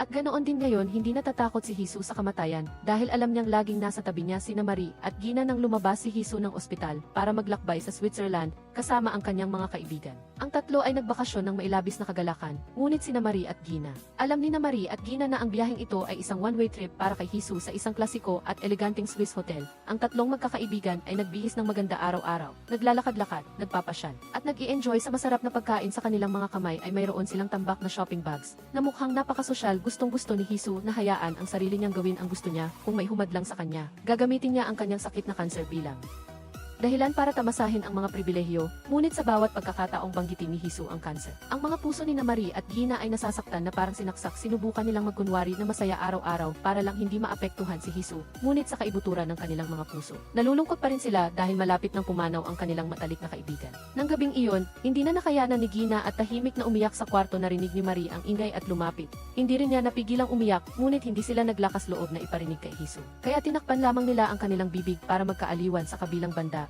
tahimik na inayos ni Hisu ang kanyang gamit sa gabi at umalis sa hotel. Ngunit pagkalabas pa lang niya ng pinto, nakita na niya ang anino ng kanyang asawa. Lumabas na nang lumuwas ang tatlong magkakaibigan sa Switzerland. Tahimik na sinundan sila ni Moyaong. Hindi tinanggihan ni Hisu ang pagdating ng kanyang asawa. Sa halip ay lumapit siya at hinawakan ang kamay nito. At sabay silang nawala sa madilim na eskinita. Muling inimbestigahan ng pulisya ang maraming kaso ng pagkamatay ng mga asawa na natagpuan sa website. Karamihan sa mga kaso ay hindi konektado sa asawa, ngunit mas katulad ng parusa ng Diyos para sa mga asawang masama ang moral. Ang tanging pinagtatalunan ay si Suki. Inamin niya na sinunog niya ang kotse ng kanyang asawa at ng mistress nito. At itinanggi ang hinala na kasabwat ang manghula. Naalala ni Suki na matapos ang pagkamatay ng kanyang asawa at ng mistress nito, lumitaw ang manghula at sinabihan siyang tumakas ng mabilis. Hindi dapat magbayad ang mga asawa para dito. Pagkatapos nagsagawa ng investigasyon ang pulisya sa manghula sa loob ng ilang panahon, walang ebidensya na konektado sa kaso ni Ben. Ang ika-negatibo, 1-0 tao, kaya sa huli ay sumuko na lamang sila. Ngunit sa puso ng pulisya, nanatili siyang isang panganib. Naririnig na sinubukan ng manghula na ipaghiganti ang kanyang anak, kaya siya mismo ang pumatay sa kanyang manugang. Balikan natin ang panahon bago umalis si Marie sa bansa. Sa araw ng muling pagkikita ng magkakapatid, dumating siya sa bahay ng manghula matapos ang isang tahimik na hapon. Tiningnan ng manghula ang litrato ng kanyang anak. Sinabi niya kay Marie na ang mga rosas sa labas ng bahay ay bigay ng kanyang asawa sa kanilang anak at ang pangalan din nito ay nangangahulugang rosas.